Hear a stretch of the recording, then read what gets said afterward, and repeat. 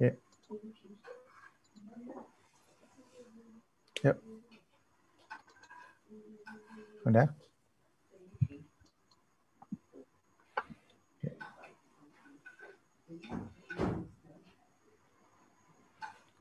Bismillahirrahmanirrahim. Assalamualaikum warahmatullahi wabarakatuh. Alhamdulillah. Alhamdulillah rabbil alamin.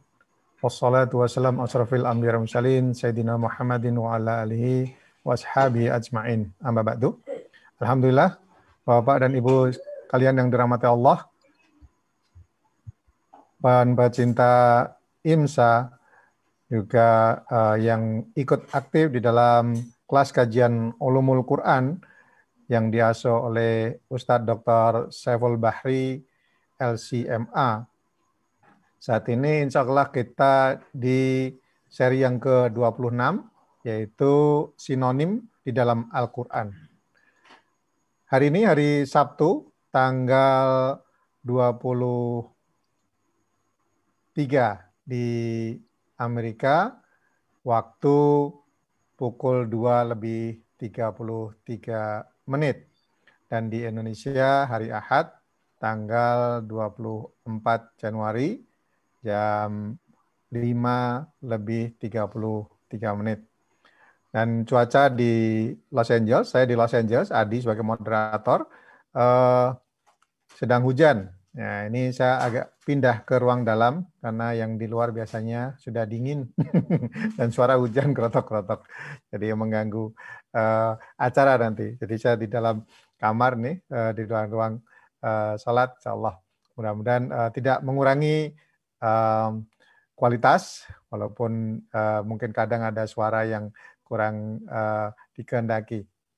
Mohon maaf sebelumnya, kami hanya ingin menyampaikan bahwa kita insya Allah akan sebentar membahas kuis kajian Ulumul Quran session kedua, ya, yang sudah kita lakukan bersama. Alhamdulillah banyak yang sudah lulus, dan insya Allah kita akan bahas sesaat sebelum masuk ke seri yang akan kita simak bersama kemudian. Untuk itu alhamdulillah Ustadz Saiful Bahri sudah bersama kita, dan insya Allah kita akan segera memulainya. Untuk itu tafadhol Ustadz untuk memulainya.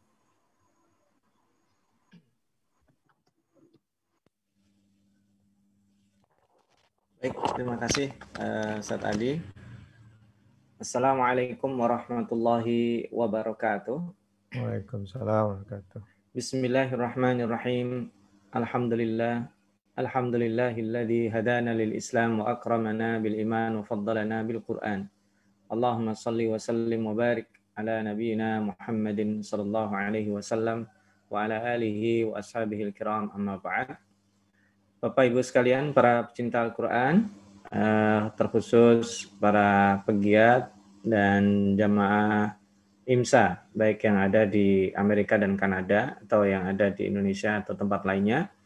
Kita bersyukur kepada Allah SWT pagi hari ini di Indonesia dan hari Ahad dan Sabtu di Kanada dan Amerika. Kami memulai hari, dan yang di sana atau di Amerika dan Kanada hendak pergi ke peraduan ya, karena sudah mulai beranjak malam. Perbedaan suasana ini mudah-mudahan kita bertemu dalam sebuah frekuensi yang Allah ciptakan, yaitu media berupa menadaburi kalamnya. Mudah-mudahan pertemuan kita seperti ini kerap juga mempertemukan kita di surga Allah SWT.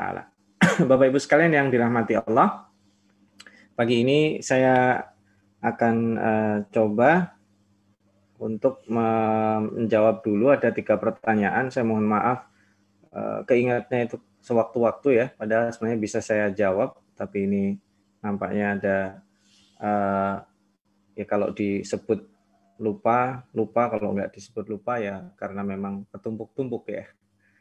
Baik, di sini saya akan jawab beberapa pertanyaan dulu yang ada sebelum ke kuis ya. Ini ada 3 pertanyaan yang kemarin diberikan kepada saya. Pertama dari Pak Suis ya. Nah, ini saya bacakan dulu ya. Assalamualaikum Pak Ustadz, tadi dijelaskan hubungan sunnah dan Al-Quran ada beberapa macam.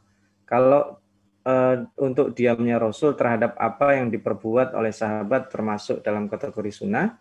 Yang kedua, apakah sunnah juga sunnah apa yang tidak dilakukan Rasul tapi dilakukan sahabat seperti atau misal tarawih 23 rakaat. Jadi kemarin sudah kita jelaskan diamnya Rasul terhadap perbuatan sahabat berarti menyetujui, gitu ya. Kalau beliau tidak setuju, beliau komentar. Nah, itu disebut dengan takrir atau beliau menunjukkan raut muka tidak suka. Nah, ini termasuk sunnah. Kemarin kita sudah jelaskan ya. Dan 23 rakaat Rasul itu kalau dalam kategori umum ini disebut sunnah. Karena kan sunnah juga jejak ya. Jadi tapi kalau disebut sunnah seperti hanya pengertian ulumul hadis tentu tidak. Dia lebih kepada athar ya, athar sahabat atau dalil dari yang dikerjakan sahabat ya. Bisa itu ya. Jadi pelaku amal sahabat atau qaulus sahabi itu juga menjadi dasar hukum. Yang kedua, kenapa Abu Bakar itu tidak masuk dalam riwayat itu yang perawi banyak? Ya karena memang Abu Bakar itu kan dia sekalipun sering ya bertemu Rasul, beliau tidak mencatat atau tidak mengkodifikasikan itu. Beliau setelah itu sibuk secara politis. Berbeda dengan Abu Hurairah yang memang dia fokus di situ. Beliau sudah ingin mengejar ketertinggalan. Dan setelah itu memang beliau tidak disibukkan secara politis.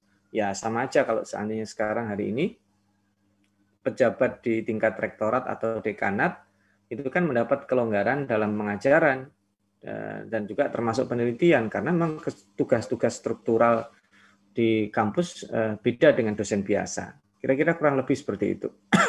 Jadi tidak bisa disamaratakan. Yang ketiga, apakah dalam mengambil hujah hanya dengan Al-Quran saja? Kenapa ada gerakan ingkar sunnah? Nah, bahkan sebagai dasar hukum itu bukan hanya Al-Quran dan hadis. Al-Quran dan hadis itu dasar hukum tertinggi. Kalau sudah ada di Quran, sudah ada di hadis, yang lain tidak perlu. Maksudnya yang lain itu hanya menguatkan.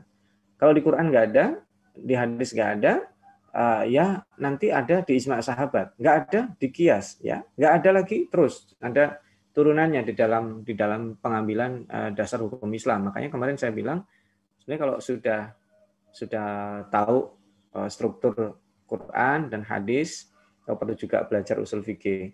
Nah, pengambilan dasar hukum Islam, contoh sederhana aja. Kalau ditanya itu dalilnya buat paspor itu ada nggak di Quran dan hadis? Wah, itu sampai botak nggak ketemu itu. Mau paspor atau KTP, ya tentu itu. Kalau ditanya buat paspor itu wajib hukumnya. Oh, enggak ada, enggak mau saya bikin paspor. Orang di Quran enggak ada, di hadis enggak ada.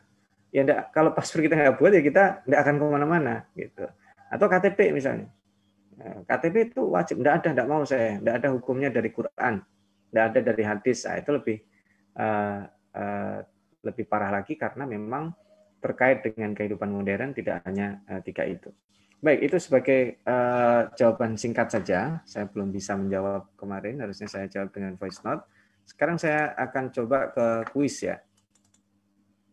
Baik, ini Bapak Ibu, kuisnya. Kita lihat ya. Baik, ada 25, saya juga akan singkat saja. Yang pertama, dimensi kemukjizatan Al-Quran paling utama tentu adalah kemukjizatan bahasa. Karena nanti turunannya itu diambil dari sana Bapak dan Ibu. Jadi dimensi kemukjizatan paling utama ya dari kemukjizatan bahasa. Yang kedua, karakteristik syariat hukum Islam. Kemarin ada 6 dan 3 saya sebut di sini. Wadih, jelas, applicable, dan berlaku sepanjang masa sampai hari kiamat maksudnya. Yang ketiga, angka yang di dalam Al-Quran sifatnya eksak itu adalah ya tentu angka 1 dan pecahan. Karena selain 1 dan pecahan, memungkinkan untuk tidak eksak. Bukan berarti tidak eksak semua ya, memungkinkan. Ada nggak yang eksak? Ada. Kalau itu terkait dengan hukum, misalnya puasa 3 hari sebagai kafarat, itu nggak bisa ditakwil. 3 hari itu maksudnya bukan 3 hari, enggak. Itu eksaknya. Yang tidak eksak contohnya apa? Kemungkinan tidak eksak seperti 7 langit ya, 1000 tahun, ya, 50.000 tahun, 300 tahun, dan seterusnya. Itu kemungkinan untuk tidak eksak bisa. Tapi kalau pecahan eksak. Nah, ini mengulang saja. Nomor 4, kebenaran pada tafsir sains. Tafsir ya. Kalau tafsir sifatnya relatif. Kalau kebenaran Al-Quran mutlak. Nomor 5, penyebutan Al-Quran terhadap kisah umat terdahulu merupakan salah satu bentuk mukjizat al-ghaib ya. Nah, ini kategorinya apa? Nah, kategorinya tentu al-ghaib al-madi karena kisah yang sudah terlewati. Nomor 6, amsal atau perumpamaan dalam Al-Quran dengan berbagai jenisnya termasuk contoh turunan dimensi kemukjizatan amsal ya.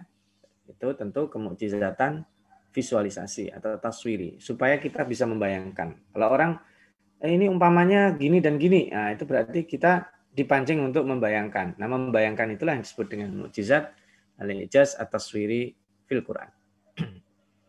Kemudian yang ketujuh, beberapa kali penyebutan nominal waktu dalam Al-Quran bersifat relatif. Hal ini menandakan bahwa penyebutan waktu menitik beratkan pada orientasi apa. Ya, materi jelas tidak. Pelaku apalagi. Jenis-jenis amal juga tidak. Yang dititik beratkan adalah pada pemanfaatan waktu. Jadi ketika Allah menyebut misalnya 2 malam, 3 malam, 4 malam, bukan malamnya, bukan orangnya, bukan jenis-jenis waktunya, tapi 2 malam itu ngapain? Ya, gitu. Ketika Allah menyebutkan bulan Ramadan lebih utama dari bulan lain, ya, ini kita sedang tidak bicara bulan Ramadannya, tidak bicara jenis-jenis amalnya saja, tidak bicara orang di Ramadan, tapi bagaimana memanfaatkan waktu bulan Ramadan itu yang sedang Allah berikan kepada kita. Itu ya, nomor 7. Nomor 8, berikut adalah lafaz dalam Al-Quran dengan superlatif, kecuali Rahman superlatif ya, kasih sayangnya limitless. Qadir, kekuasaannya limitless. Husna, kebaikan yang limitless. Ghafir, nah ini maha pengampun. Ini tingkat pertama karena ada ghafarun dan ada ghafurun. Ya. Ini kemarin hanya melihat, kalau Bapak Ibu ada handout-nya bisa tahu insya Allah. Nomor 9, jenis ayat mutasyabihat di bawah ini. Sholat, puasa, zakat, hukum bukan mutasyabihat karena ayat hukum. Ayat hukum itu tidak bisa difahami, harus difahami jelas. Nggak bisa. Sholat subuh, ya moodnya gimana lah. Nggak bisa. Sholat subuh ya 2 rakaat mau sampai hari kiamat. Karena saking semangatnya, kayaknya 2 rakaat terlalu sebentar, saya tambah 2 malah nggak sah. Tapi kalau ayat ruh yang mutasyabih, tidak bisa difahami. Sulit atau tidak bisa. Ya. Yang ke-10, ayat muhkamat adalah ayat-ayat Al-Quran yang maknanya jelas. Ya. Yang ke-11, salah satu bentuk pengulangan kata di dalam Al-Quran atau kalimat disebut wadifah diniyah. Wadifah diniyah itu yang dimaksud adalah doktrin keimanan dan mengokohkan syariat atau agama. Sebaliknya, kalau di nomor 12, wadifah adabiyah. Adabiyah itu sastra. Jadi ini terkait dengan merepresentasikan keindahan sastra dan gaya bahasa Al-Quran. Termasuk hari ini yang akan kita pelajari, sinonim itu sama. Fungsinya 2 itu, yaitu untuk menguatkan doktrin keagamaan. Yang kedua adalah ada wadifah adabiyah, keindahan sastra. Nomor 13, firman Allah di dalam surat Al-Isra. Nahnu narzukuhum wa iyyakum, dan sebelumnya ada di Al-An'am ayat 151, nahnu narzukukum wa iyyahum. Nah, kemiripan ini bermakna apa? Larangan membunuh anak berlaku di semua kondisi. Baik karena takut miskin atau karena memang sulit, sudah terlilit kemiskinan. Kalau narzukuhum, nahnu narzukuhum wa iyyakum. Nah, kan ada khasyata imlak dengan min imlak. Jadi kita nggak boleh membunuh anak baik keadaan kita sudah miskin. Yang anak 1 aja susah.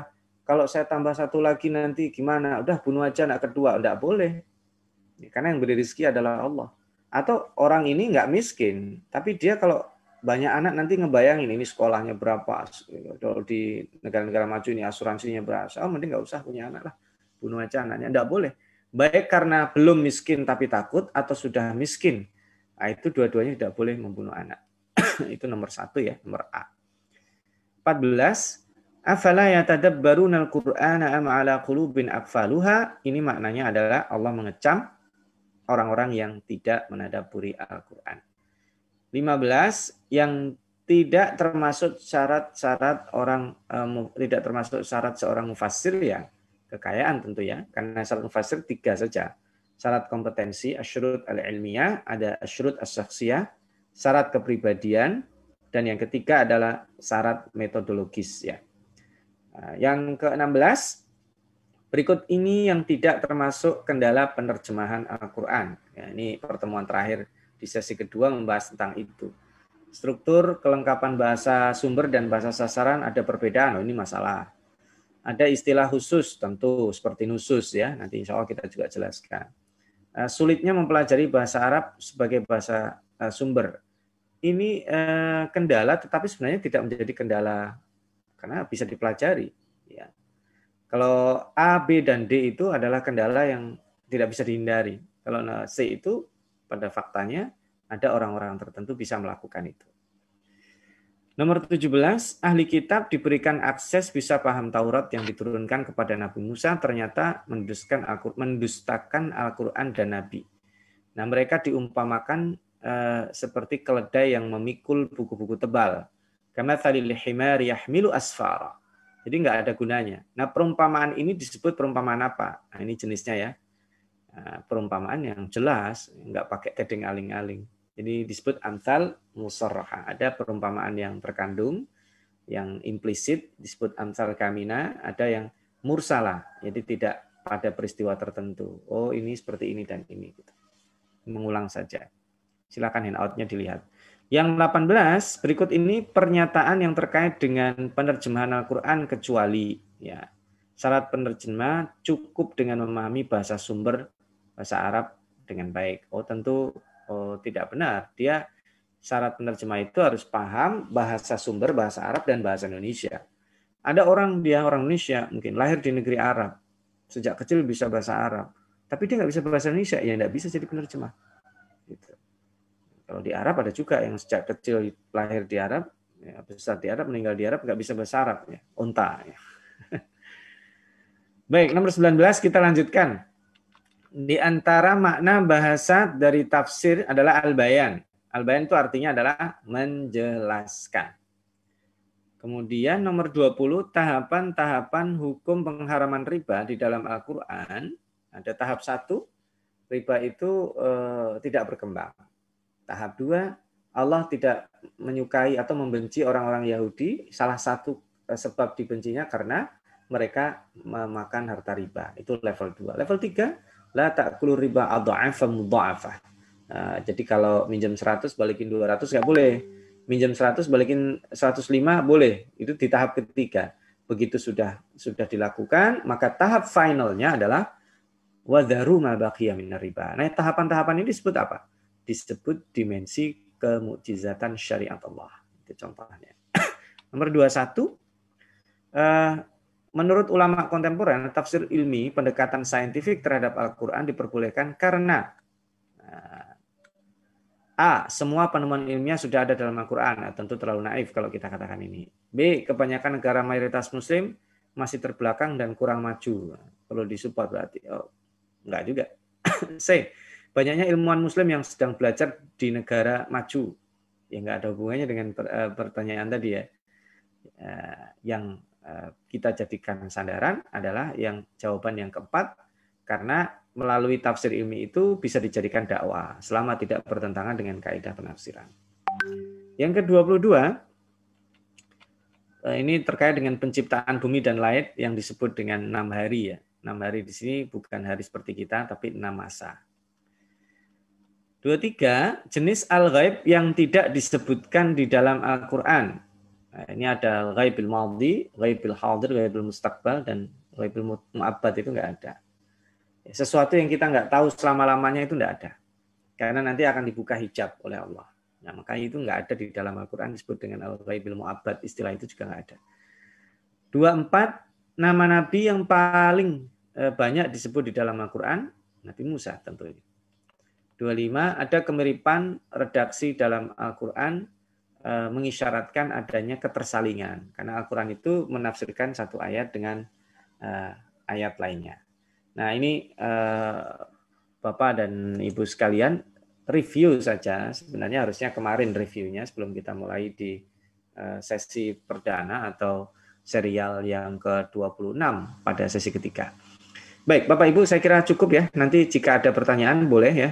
Seperti yang kemarin dikirim ke saya. Mudah-mudahan nanti saya diingatkan saja, ditagih, nggak ada masalah. Insya Allah nanti saya jika sempat menuliskan akan saya tulis. Kalau tidak mungkin saya akan menjawabnya melalui voice note insya Allah. Baik Bapak Ibu, kita berpindah ke slide berikutnya, yaitu pembahasan tentang sinonim di dalam Al-Quran. Baik, kita akan bahas. Mudah-mudahan juga ini bisa kita sampaikan dalam waktu yang tidak lama, sehingga nanti kita ada waktu cukup untuk berdialog. Sinonim atau disebut dalam bahasa Arab al-mutaradifat atau at-taraduf fil Quran. Memang ada buku khusus ya yang mengarang tentang itu. Bukunya cukup tebal, tapi nanti beberapa contoh ya, saya sebutkan 9 contohnya dan beberapa kaidah pentingnya. Ini sebagai gambaran saja yang kita sudah ambil sesi ketiga ini, 25 posisi sunnah. Dan sekarang sinonim. Sinonim itu adalah kata-kata yang lebih dari satu, tapi maknanya satu atau berdekatan. Kalau lafdzul mustarak, ini ada beberapa lafaz. Emang ini agak hampir mirip ya. Apa bedanya lafaz mustarak dengan sinonim? Nanti lafaz mustarak ini digunakan di sini, ini digunakan di tempat lainnya. Ada istilah itu ya. Nanti kita akan bahas pada sesi depan karena masih terkait ya. Sekalipun mungkin pekan depan karena di setiap pekan keempat harusnya pekan ini karena kita baru mulai, saya geser ke pekan depan. Nanti saya akan konsultasikan dengan pengurus IMSA ya karena ada kendala di pekan berikutnya. Baik. Sinonim atau taraduf adalah beberapa kata yang memiliki satu makna. Dan ini bisa berbentuk isim, bisa berbentuk fiil, bisa berbentuk harf. Bisa berbentuk kata benda, bisa berbentuk kata kerja, bisa berbentuk juga kata bantu. Nah, tingkat kesamaannya berbeda dari yang sama persis. Contoh seperti al-muzammil dan al-muddathir, itu dua-duanya orang yang berselimut, hampir sama. Hampir mirip. Kalau ditanya bedakan apa itu? Kalau kita lihat dalam buku-buku tafsir, hampir tidak ada yang menyebut perbedaan yang signifikan. Jadi dua-duanya artinya ya, wahai orang yang berselimut. Hanya secara tematik nanti kita akan bisa membedakan bahwa al-muzammil itu lebih kepada efek internal. Jadi di situ pembekalan. Jadi orang yang sedang berselimut, kamu bangun sholat malam, baca Quran gitu kira-kira. Kalau al-mudaththir, kamu bangun keluar, sampaikan, keluar dari zona aman, kira-kira begitu. Nah, maka ada hikmah nanti pemilihan redaksi ini, dan kita bisa lihat ini rasa bahasa ya. Nah, penyebutan posisi ini nanti secara tematik dan juga merupakan kemukjizatan Al-Quran dari sisi kebahasaan, dan tadi disebut ya ada wadhifah diniyah, ada wadhifah adabiyah. Nah, secara diniyah dia menguatkan doktrin. Secara sastra dia sangat indah sekali. Mari kita lihat fungsinya sekarang. Ada dua fungsi utama di dalam sinonim ya. Ungkapan sinonim di dalam Al-Quran. Yang pertama fungsinya adalah takkid, menguatkan. Yang kedua adalah menjelaskan atau memperjelas. Contoh misalnya, yang dikatakan oleh Nabi Yakub ketika kehilangan Yusuf ya. Beliau mengatakan di ayat 86, kan ini sudah klimak ya. Kehilangan Yusuf, kehilangan adiknya juga ya. Qala innama ashku bathi wa huzni. Ya. Al-bath dan al-huzn itu hampir sama. Jadi kesedihan, kesulitan itu mirip. Ya, dua-duanya terkait dengan emosi. Ya. Atau juga misalnya di dalam surat Al-An'am 125. Ya. Doyik dan haraj. Wa man yurid an yudillahu yaj'al sadrahu dayiqan haraja. Dayiqan haraja. Dua-duanya artinya sempit ya.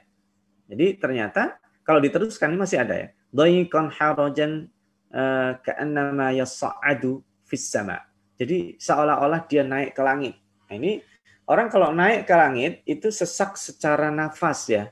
Sekalipun mungkin sempitnya bukan ruangan. Justru kalau kita ke ruang angkasa gede ya.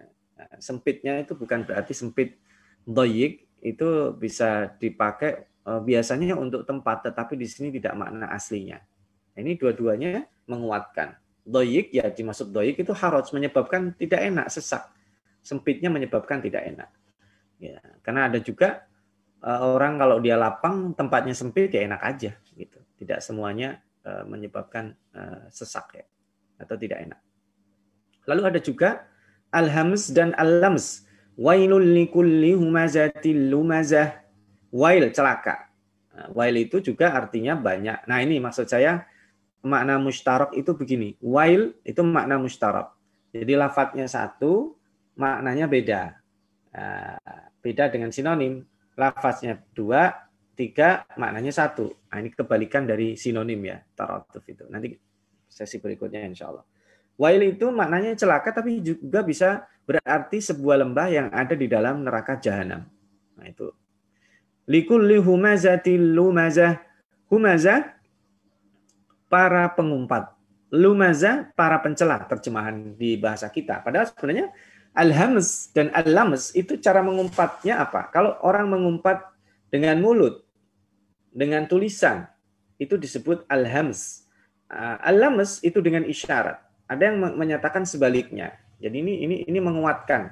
Jadi siapapun orangnya yang mengumpat secara terang-terangan, secara verbal dan non-verbal, itu ya celaka. Tapi ini tidak berhenti di sini, masih ada terusnya.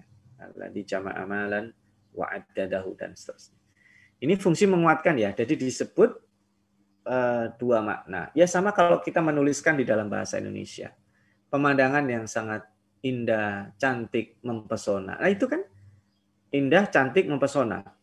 Dia sinonim, ya, menguatkan. Itu memperindah rasa bahasa. Nah, beda kan sama dulu waktu saya masih kecil ya, tentu menulis sesuatu ungkapannya gitu-gitu aja jadinya. Setelah bangun tidur saya makan, setelah itu saya begini, setelah itu jadinya monoton.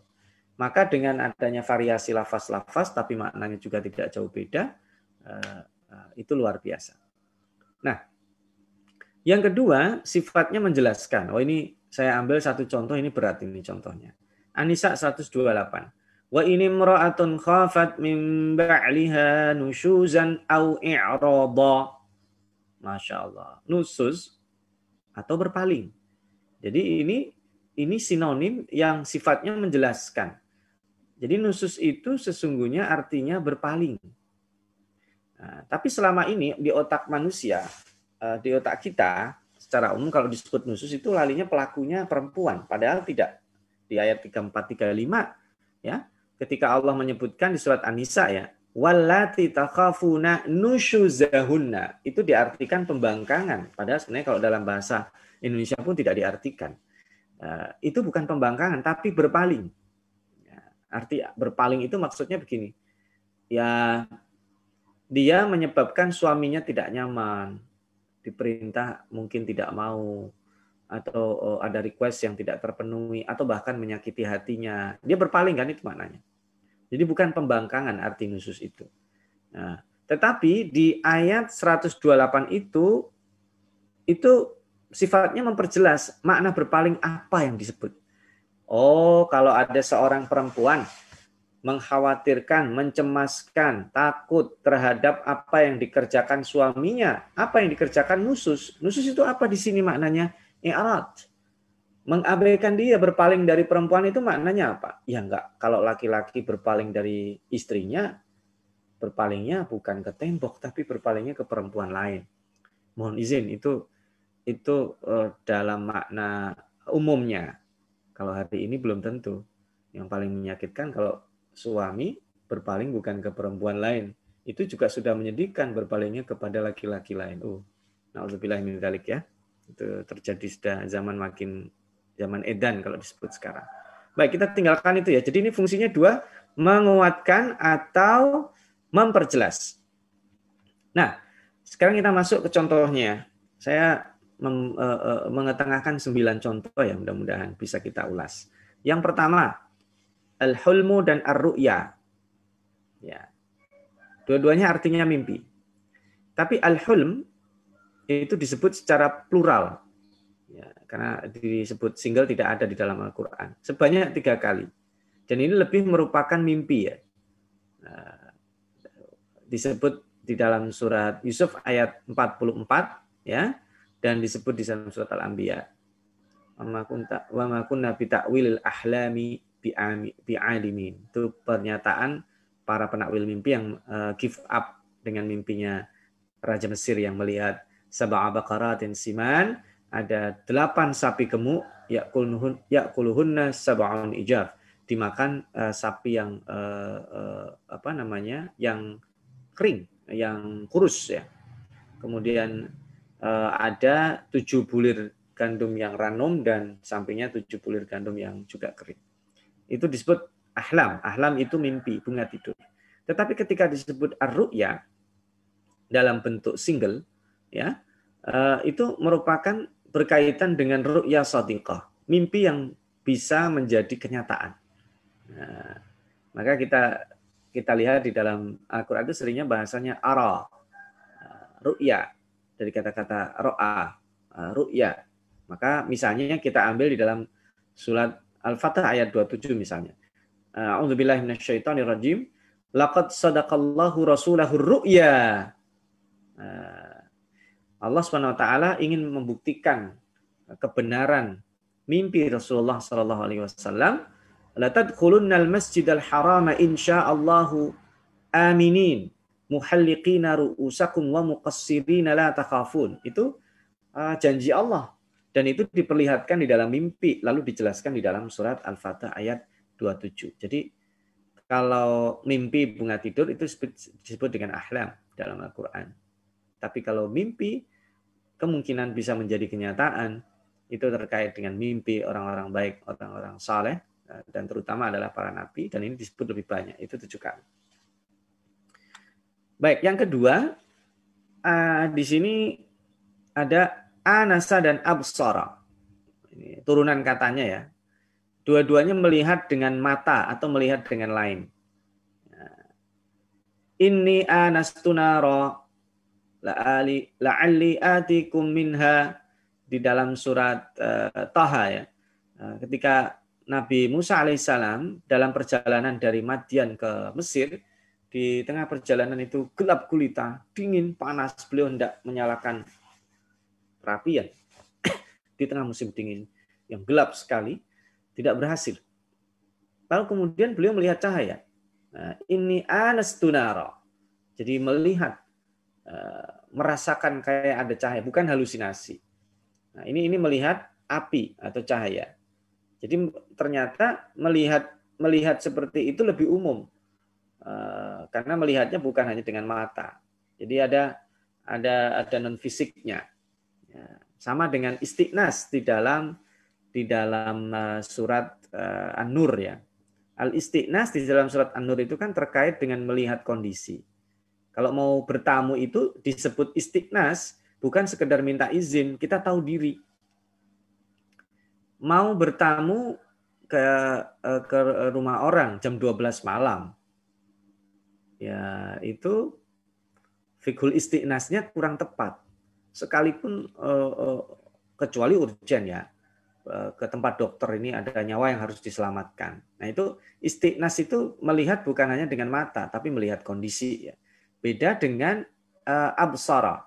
Jadi kalau istiqnas itu lebih mengarahkan melihat yang menyebabkan dia menjadi tenang. Sedang sibuk gitu. Ini anastu nara, saya melihat ada cahaya. Jadi ada sedikit tenang, itu yang kita cari. Gitu. Kamu di sini dulu, saya akan ke sana, kata Nabi Musa. Nah, absara terutama kalau dikaitkan dengan asmi, absir bihi wa asmi' itu melihat dengan mata, tapi kadang juga absir atau absara itu melihat dengan mata batin. Maka dari sini nanti ada kata-kata basirah. Jadi basirah itu bukan hanya melihat tapi berpikir.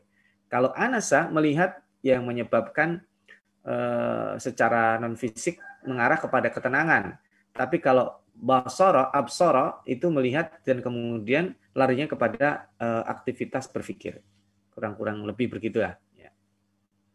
Baik, nomor 3, Al-Fakir contohkan di sini an-na'yu dan al-bu'du. Dua-duanya artinya jauh. Di dalam surat Al-Isra ayat 83 ya, kalau nggak salah di sini ya.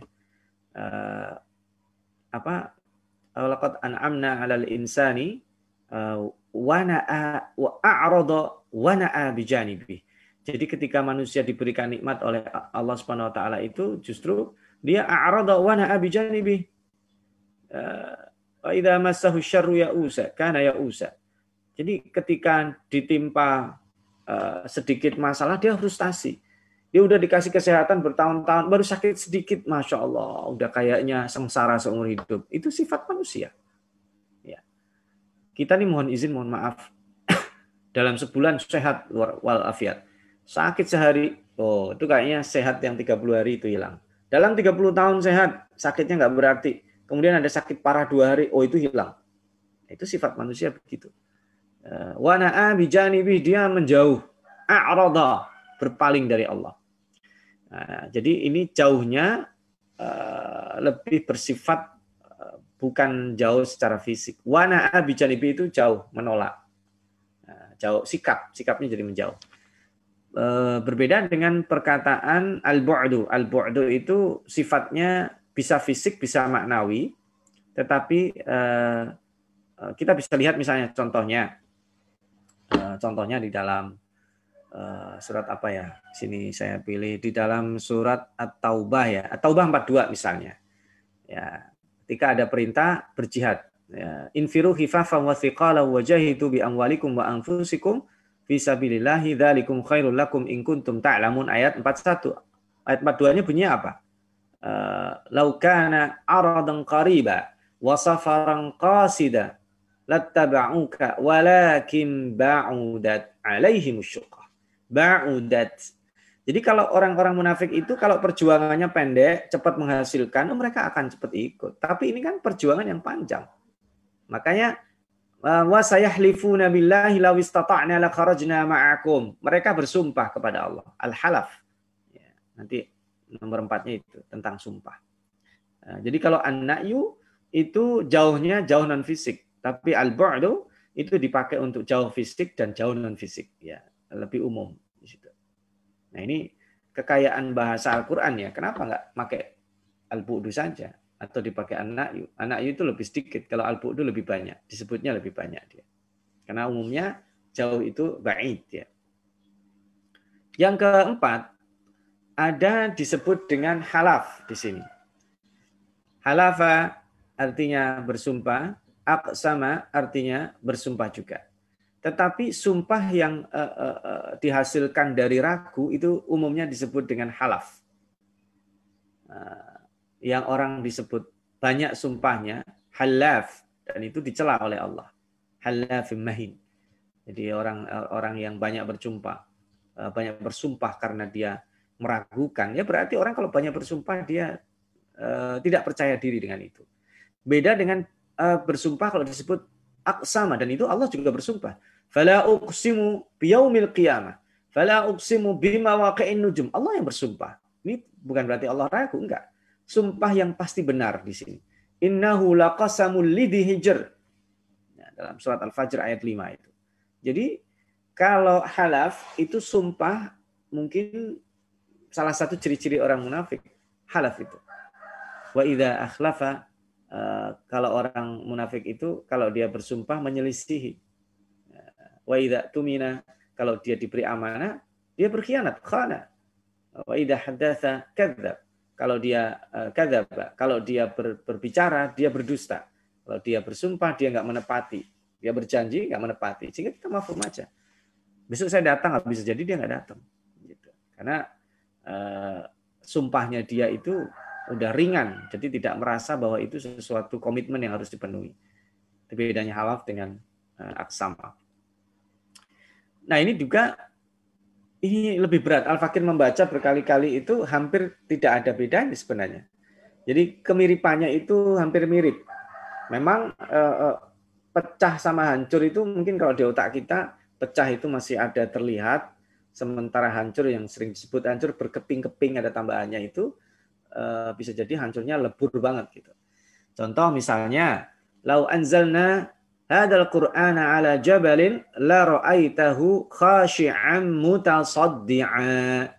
Kalau seandainya Al-Qur'an ini kami turunkan kepada gunung, maka gunung itu akan khusyuk dan hancur berkeping-keping. Pecah, terbelah fisiknya. Atau seolah-olah seperti itu. Nah, ini tasaddu'. Atau misal apa ya, kita ambil An-Naml 18 ya. An-Naml 18 bercerita tentang semutnya Nabi Sulaiman. Ya. Hatta idza atau ala wadin namli qalat namlah ya ayyuhan namlu dkhulu masakinakum la yahtimannakum Sulaiman wa junuduhu wa hum la yash'urun. La yahtimannakum. Ini at-tahattum itu juga hancur. Jangan sampai kalian diinjek nanti kalian jadi hancur. Jadi hampir mirip, tetapi kalau yang tadi itu tidak bisa dibayangkan karena hancurnya apa gunung itu apakah seperti dikasih bom atom gitu berkeping-keping, bisa jadi kayak begitu. Yang kedua hancurnya semut, dia udah kecil hancurnya apa ya, gepeng, penyet ya, menjadi tidak ada, hancur. Nah, tetapi kenapa Al-Quran itu lebih memilih yang kedua kalau terkait dengan hancur melumat, ya. Ini disebut dengan pada saat tadi bicara narullah al-muqsadah itu sebelumnya khutomah, neraka khutomah, yaitu neraka yang melumat, menghancurkan orang sampai berkeping-keping di dalamnya. Itu efeknya itu kayaknya kalau at-tasaddu' itu hancur yang kesannya lebih lembut, ya, pecahnya lebih lembut. Nah, tapi kalau disebut at-tahattum itu hancur berkeping-keping dalam bahasa kita. Hancur, ibaratnya orang luka, sayat, dikasih cuka, kasih garam, sakit pedih sekali. Ya, perasaannya. Jadi kalau di dalam bahasa Indonesia itu kira-kira hancur hatiku itu berkeping-keping, itu lebih hancur dibanding ketika dia menyebut hancur saja. Jadi at-tahattum itu efek dahsyatnya lebih besar daripada at-tasaddu gitu kira-kira. Sekalipun nanti dalam masa sih hancurnya gunung itu lebih ringan dibanding at-tahattum yang kedua, ya karena pemakaiannya kan tematik ya. Kalau tadi yang dipakai di dalam Al-Hasyr itu kan disuruh kita membayangkan kalau Al-Quran diturunkan ya mereka pasti nggak kuat dan hancurnya itu kayak bom atom kira-kira gitu. Tapi kalau yang kedua narullah yang disebut khutomah itu narullah allati tattali'u 'alan. Jadi wailul likulli humazatil lumazah alladzi jama'a malahu wa 'addadah yahsabu anna malahu akhladah. Itu tidak benar. Kenapa? Dia akan dimasukkan Allah kepada narullah khutomah. Jadi nar allati tattali'u yang dia kesana kemari jadi menghancurkan, dan itu ketika sudah begitu dia tidak akan bisa keluar, al-muqsadah, terkunci di dalam. Yang keenam, nah ini 6 sama 7 sesungguhnya satu paket ya. Ada 4 kata di sini. Al-Fakir coba ketengahkan, 4-4-nya artinya takut ya, tunduk. Takut yang disertai ketundukan itu al-khusyuk dan al-khasyah. Nah, ini adalah amal qalbi yang hanya dikerjakan oleh manusia. Tetapi ternyata gunung pun bisa khusyuk. Ya, khasyi'an mutasaddi'a. Dan al-khasyah itu adalah tingkat yang paling tinggi dari rasa takut. Jadi hakikat seseorang yang betul-betul bisa takut adalah ketika dia sudah sampai derajat khasyah. Wa khasyar rahmana bil ghaib itu sering disebut. Wa khasyar rahmana bil ghaib. Dalam surat Fatir ayat 28 ya. Innama yakhsyallaha min ibadihil ulama. Jadi yang hanya bisa takut kepada Allah dengan hakikat takut yang sebenarnya adalah para ulama. Karena ini based on-nya adalah pengetahuan. Dia tahu bahwa takut yang benar itu adalah ketika dia faham siapa ini Allah. Makin dia faham dan dia tahu Allah itu siapa, maka dia rasa takutnya itu betul-betul akan meningkat. Nah, itulah disebut dengan al-khusyuk, itulah disebut dengan ketakutan yang luar biasa karena based on-nya adalah keilmuan. Nah, tingkat di bawahnya adalah takut ketundukan yang sifatnya disebut dengan khusyuk dan itu tidak terjadi 2 kali. Kalau orang itu takutnya di dunia, di akhirat dia tidak. Al-Fakir sering menyebutnya di dalam surat Al-Ghasyiyah ya. Surat Al-Ghasyiyah itu paling enak dilihat karena ada 2 perbandingan ya. Hal ataka haditsul ghasyiyah wujuhu yawma idzin khashi'ah. Hari yang menakutkan, hari itu mereka wajahnya takut dan tertunduk, malu. Sebaliknya ada wujuhu yauma idzin naimah, berseri-seri karena dia takutnya di dunia. Antahsya'a qulubuhum bidzikrillah, itu takutnya adalah dia sehingga sampai dia menyebut Allah karena saking takutnya khusyuk.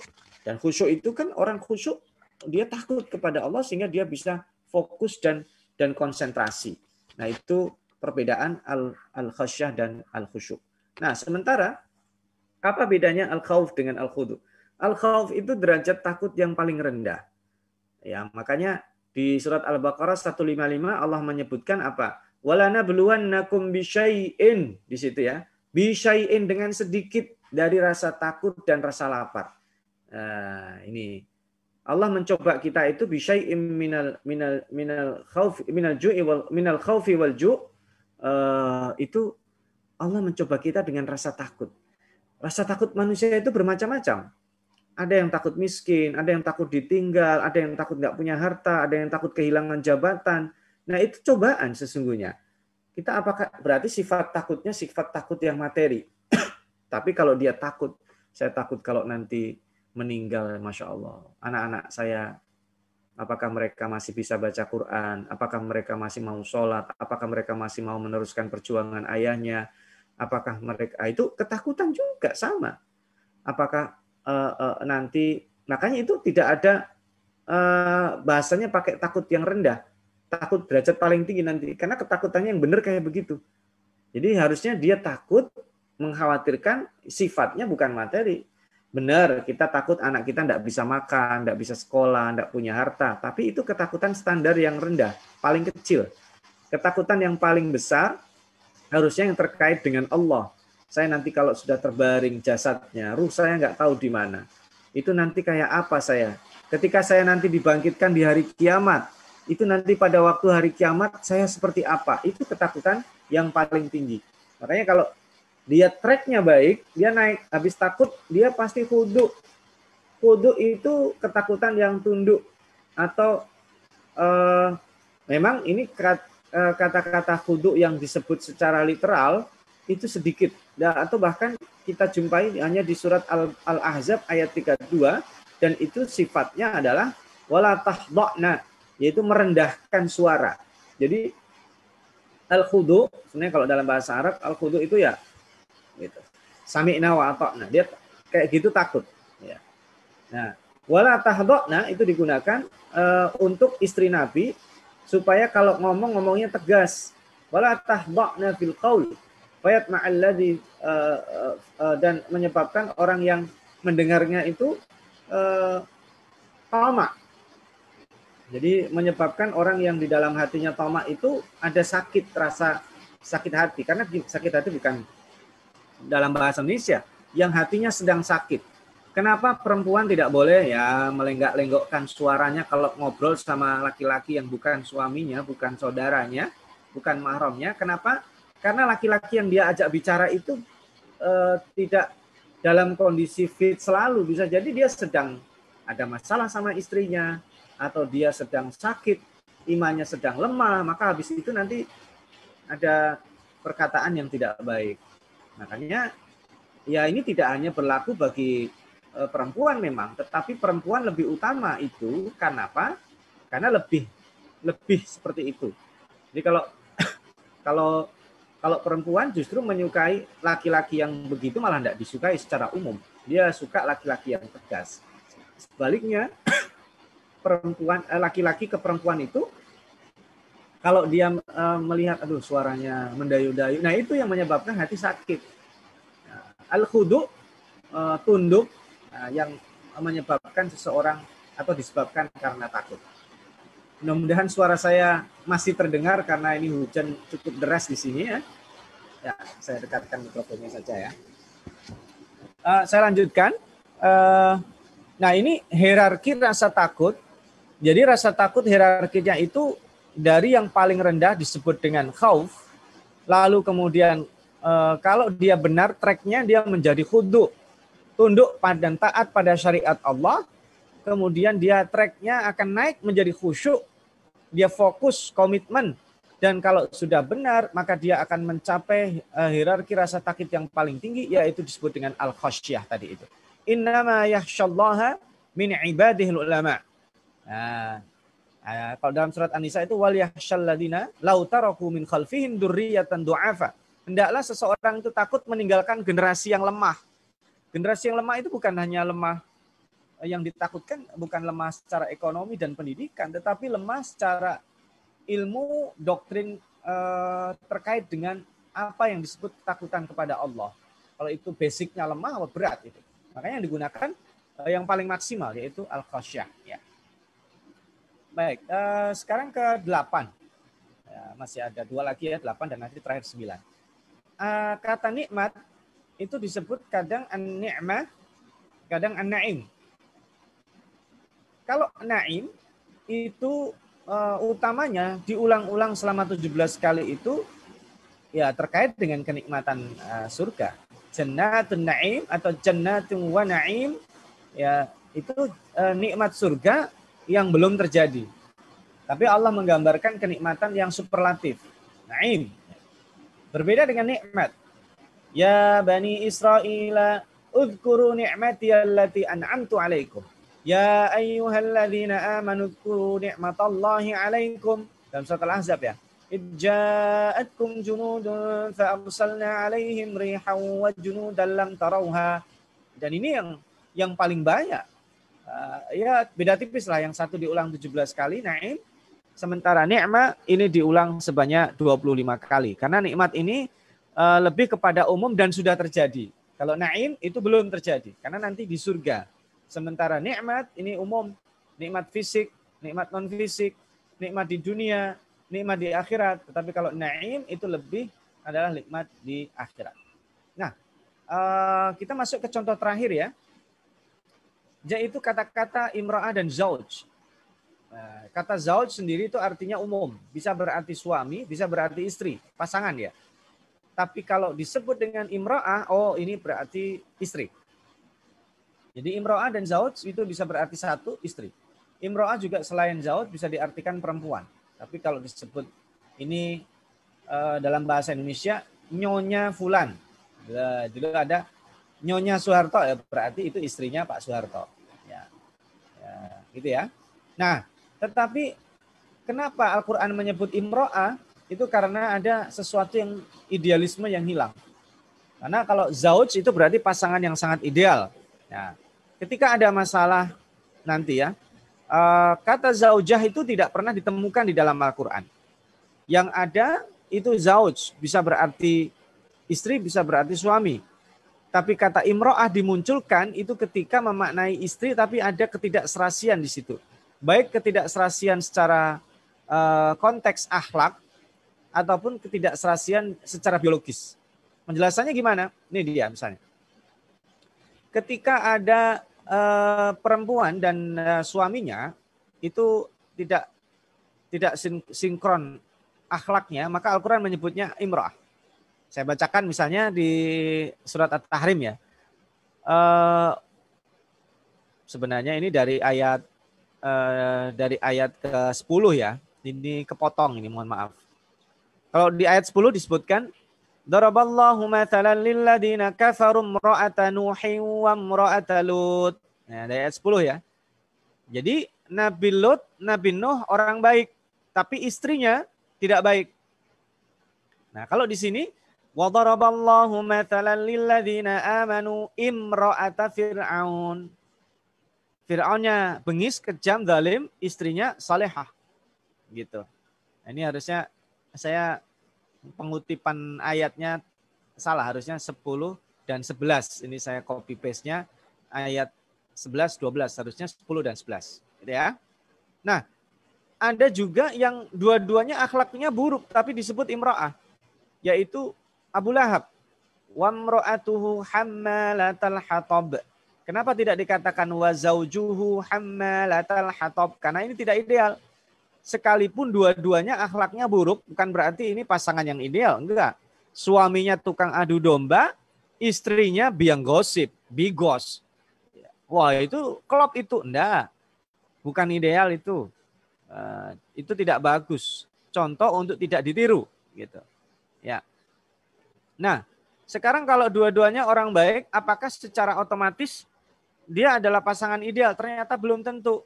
Karena ada kendala biologis. Di sini kita bisa melihat, bedakan antara surat Maryam ayat 8 dan surat Al-Anbiya ayat 90. Nabi Zakaria mengatakan di ayat 8, Qala rabbi anna yakunu li ghulamu wa kanat imraati aqira. Jadi istriku di situ disebut imraati. Tapi setelah punya anak disebut fastajabna lahu wa wahabna lahu Yahya wa aslahna lahu zaujah. Nah, bukan imra'ah lagi. Kenapa? Yang disebut pasangan ideal itu kalau laki-laki baik, punya istri perempuan baik, atau perempuan yang baik-baik menikah dengan laki-laki baik, punya anak baik-baik, dan nanti punya tetangga baik, jadilah komunitas yang baik. Itu ideal. Tapi kehidupan kan nggak kayak begitu kan? Ya, ada kalanya seperti Nabi Nuh, yang baik suaminya, istrinya tidak. Ada kalanya seperti istri istri Fir'aun maksudnya. Suaminya begitu bejat, istrinya baik. Ya, idealnya seperti Maryam di lingkungan yang baik. Ya, tapi ibunya Maryam pun disebut imro'ah. Kenapa? Ya karena suaminya sudah tidak ada. Oh, berarti kehidupan kita itu banyak yang ideal atau tidak idealnya? Ya, ideal itu kan titik maksimal. Ketika titik maksimal itu kita tahu, berarti nanti kurang-kurangnya itu jatuhnya nggak jauh dari situ. Kita jangan menilai, saya nggak apa-apalah nasibnya kayak Nabi Nuh. Akhirnya dia nggak semangat mendakwai istrinya. Atau istri, saya nggak apa-apalah bersabar seperti istrinya Fir'aun. Dia nggak bersemangat mengajak perubahan suaminya. Ya, maka sesungguhnya Allah ingin menyebutkan idealisme bagi pasangan yang betul-betul dianggap ideal. Nah, kesimpulannya, karena sudah 6:30 lewat ya, kesimpulannya, Al-Quran itu memilih redaksi dengan detail termasuk sinonim, ya, dan itu ada, merupakan salah satu turunan dari al-i'jaz al-bayani, keindahan dan kemukjizatan bahasa. 2, tingkat kesamaannya enggak sama ya. Ada mirip, betul-betul mirip. Ada nanti mirip tapi agak jauh gitu. Kayak apa ya?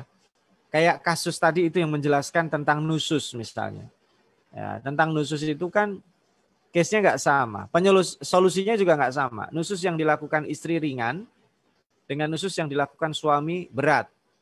Dan juga bisa dibalik karena itu umumnya ya. Suami juga bisa melakukan nusus ringan, istri juga bisa melakukan nusus yang berat. Tapi Al-Quran menyebutnya itu case yang kebayang bagi kita. Tadi mudah-mudahan masih ingat tadi kasus penjelasannya. Yang ketiga, fungsi utama dari adanya sinonim ini di dalam Al-Quran, memang fungsi 2 yang tadi yang kita pelajari di dalam pengulangan kata dulu ya. Ada wadhifah diniyah, ada wadhifah adabiyah. Kalau wadhifah adabiyah itu fungsinya menguatkan, menjelaskan, dan variasi yang indah. supaya enak didengar. Ya, kalau di Indonesia untuk menggambarkan satu keindahan, nah itu baik tapi keindahan. Kalau untuk makanan, makanan bukan indah, indah di tampilan, makanan lezat, ya kan? Nah itu kita tahu. Dulu saya mengajar bahasa Indonesia untuk penutur asing, itu ada siswa, ya peserta kursus itu yang menyebutkan bakso ini indah. Saya tanya, kalau bakso indah itu berarti kamu nggak makan. Karena hanya dilihat bentuknya, mungkin baksonya bentuknya kayak apa, itu indah. Tapi kalau disebut bakso itu enak, nah itu baru yang dimakan. Nah ini itu orang yang tidak paham struktur sinonim di dalam bahasa Indonesia kesulitan. Demikian juga kita yang mungkin rasa kebahasaan Arabnya kurang, kadang sinonim itu biasa aja, padahal beda sekali itu. Ya itulah keindahan yang enak diungkap, enak didengar dalam pengungkapannya. Dan yang terakhir, inilah kekayaan bahasa Al-Quran. Sinonimnya sangat banyak sekali. Bahkan Al-Fakir tadinya mau mencoba mengkaji perbedaan tidur di dalam Al-Quran. Itu redaksinya banyak. Ada disebut Muqaddimatun Naum. Ini baru keingat pagi ini tadi ya, sehingga tidak bisa saya masukkan slide ya. La ta'khuduhu sinatun wala naum. Sina itu Muqaddimatun Naum. Muqaddimahnya tidur itu ngantuk. Orang tidak mungkin langsung tidur. Harus ngantuk. Kalau langsung tidur kecelakaan banyak. Lalu kemudian ada tidur secara umum, kemudian ada disebut dengan rukut. Tidur yang sangat dalam sekali, sangat nyenyak sekali. Nah itu perbedaan istilah tidur yang dipakai di dalam Al-Quran itu juga merupakan sinonim. Padahal itu sebenarnya menarik tadi kalau saya bahas, ya, saya pikir-pikir kalau ditambah satu lagi, apa ya, biar genap jadi 10, ternyata baru keingat pagi ini, saya bahwa oh iya tidur itu juga ungkapannya bahkan bukan hanya dua, lebih dari dua ya. Ada muqaddimah tidur itu disebut dengan ngantuk, kemudian ada tidur itu sendiri, ada kemudian tidur nyenyak sekali, nah itu disebut dengan rukut.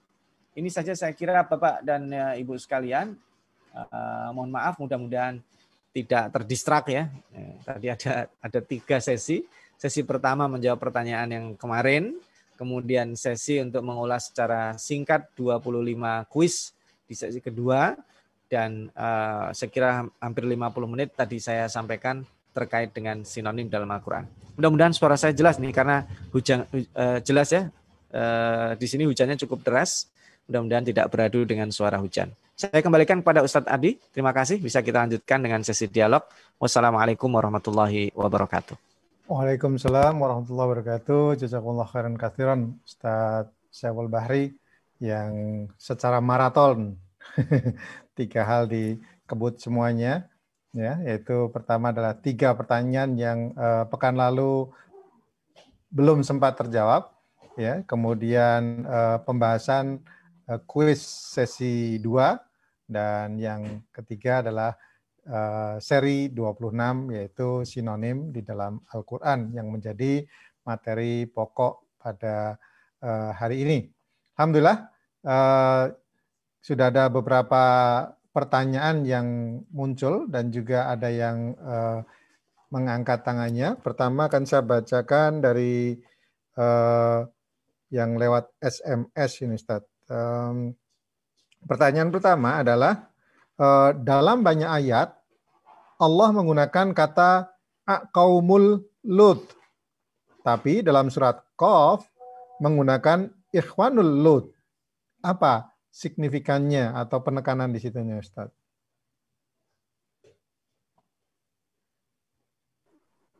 Itu ungkapan yang beda ya, Ustaz. Jadi ungkapan kaum itu kan lebih besar. Ketika disebut ikhwan, itu persaudaraan di dalam Al-Quran itu banyak. Ya. Ada persaudaraan darah, pertalian darah, ada persaudaraan kabilah. Itu yang sifatnya dikenal manusia pada waktu itu ya, umumnya di kabilah Arab ya. Kayak kalau di kita marga, suku. Saya dari Jawa berarti ketemu orang Jawa itu saudara saya. Saya dari Indonesia ketemu orang Indonesia berarti saudara saya. Itu yang basicnya nation ya. Yang dulu tidak dikenal, bahkan tidak ada nation state kan baru ya. Kalau kaum itu lebih besar.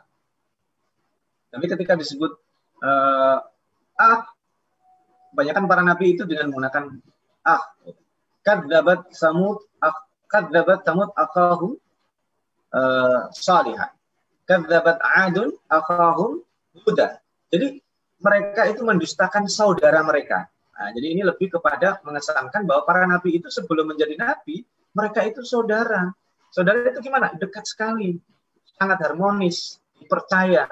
Tapi begitu mereka memproklamirkan menjadi nabi, mereka menjadi common enemy. Kira-kira kalau kaum umum, kalau ikhwan itu ungkapan khusus menandakan bahwa nabi itu menjadi tokoh pada waktu mereka belum menjadi nabi. Tapi setelah menjadi nabi, umumnya dimusuhi oleh kaumnya yang tadi kagum kepadanya. Sekiannya begitu, Ustaz tadi. Alhamdulillah. Ya, saya akan ulangi lagi. Silakan persiapkan dan ajukan pertanyaannya. Kemudian bisa raise hand bagi yang ada di Zoom, ya, dan dilihat di partisipan nanti ada fitur untuk raise hand. Atau kalau tidak mau bicara langsung dengan Ustadz, bisa ditulis. Nanti insya Allah saya akan bantu membacakannya. Dan tentunya dengan menyebutkan nama dan domisili, baik yang langsung maupun lewat tulisan, dan straight forward kepada pertanyaan yang berkaitan dengan apa yang sudah disampaikan. Dan acara ini juga akan sangat berterima kasih kepada para peserta jika turut berinfak ya kepada IMSA untuk kajian Ulumul Quran ini, bisa melalui imsa.us ya. Di situ ada situsnya, ada formnya, yaitu sudah saya ketik di Zoom ya, di Zoom chat. Dan silakan bagi yang menanya dari YouTube maupun Facebook, silakan diketik. Insya Allah kita akan bacakan. Ya. Pertanyaan yang kedua, ini adalah kata Rob yang berarti Tuhan. Dalam surat Yusuf ayat 23, Innahu Rabbi Ahsana, diterjemahkan sebagai Tuanku. Ya, dalam bahasa Inggrisnya diterjemahkan My Lord atau kecil. Mengapa demikian?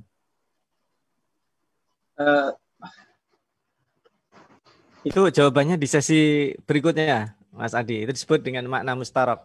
Satu kata tapi artinya beda. Kalau sekarang kita beberapa kata artinya satu. Daripada saya mendahului itu, ikuti seri berikutnya, kira-kira begitu. Baik, nanti setelah pesan berikut ini, Ustaz. Mohon bersabar untuk penanya, ya, untuk berikutnya ya. Kemudian ada yang sudah angkat tangan, Pak Beni, silahkan di unmute. Sebutkan domisili dan namanya sekalian. Silakan Pak Beni di unmute.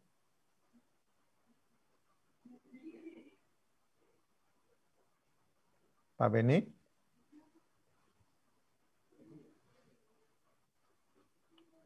Belum bisa. Saya melanjutkan ke pertanyaan dari itu Bu Rafiqah ada. Oh ada, ya. Ya, silakan Bu Ida. Oke, assalamualaikum Pak Ustadz. Ya, waalaikumsalam warahmatullahi. Ini overwhelm, ini kita membaca banyak sekali hal-hal yang selama ini kita sekedar baca aja, jadi terus sekarang mengamati ya. Saya juga takut jangan-jangan ini masih untuk pertemuan selanjutnya. Jadi hanya misalkan yang sering kita baca itu Ustaz ya, 3 ayat terakhir surah Al-Baqarah kan, misalkan dikatakan Bismillahirrahmanirrahim, lillahi ma fis samawati wa ma fil ard. Selalu kita terjemahkan fis samawati itu dengan surga. Jadi surga, langit itu adalah surga, surga dan dunia, heaven and earth. Kan selalu terjemahannya begitu. Jadi mungkin ini apakah ada kaitannya dengan fis samawati itu dengan jannah atau gimana seperti itu Ustaz pemahamannya? Maaf nih, masih cemen sekali istilahnya pemahaman kita ini. Ya silakan Pak Ustadz dijawab. Baik, langsung saya jawab Ustadz Adi ya, mohon izin. Jadi itu terjemahan dalam bahasa Inggris ya Ibu. Kalau di dalam bahasa Indonesia lebih diterjemahkannya langit. Jadi Allah memiliki langit-langit dan bumi. Ketika itu diterjemahkan heaven atau surga, itu memang orang menggambarkan itu tempat yang tinggi. Nah, tempat yang tinggi itu karena memang gini, Bu. Tempat yang tinggi di atas saya. Sementara kalau kita meyakini bumi itu bulat, kita juga nggak tahu itu yang tinggi itu di mana. Jadi itu as-samawat kalau dalam arti literalnya itu tidak disebut langit seperti yang kita pahami, itu istilah. Tapi as-sumu itu sesuatu yang tinggi, fisik dan non fisik. Ya, al-akhlaq as-samiyah itu akhlak yang tinggi. Wa innaka la'ala khuluqin azim, itu di atas akhlak yang luar biasa, bukan akhlak yang standar.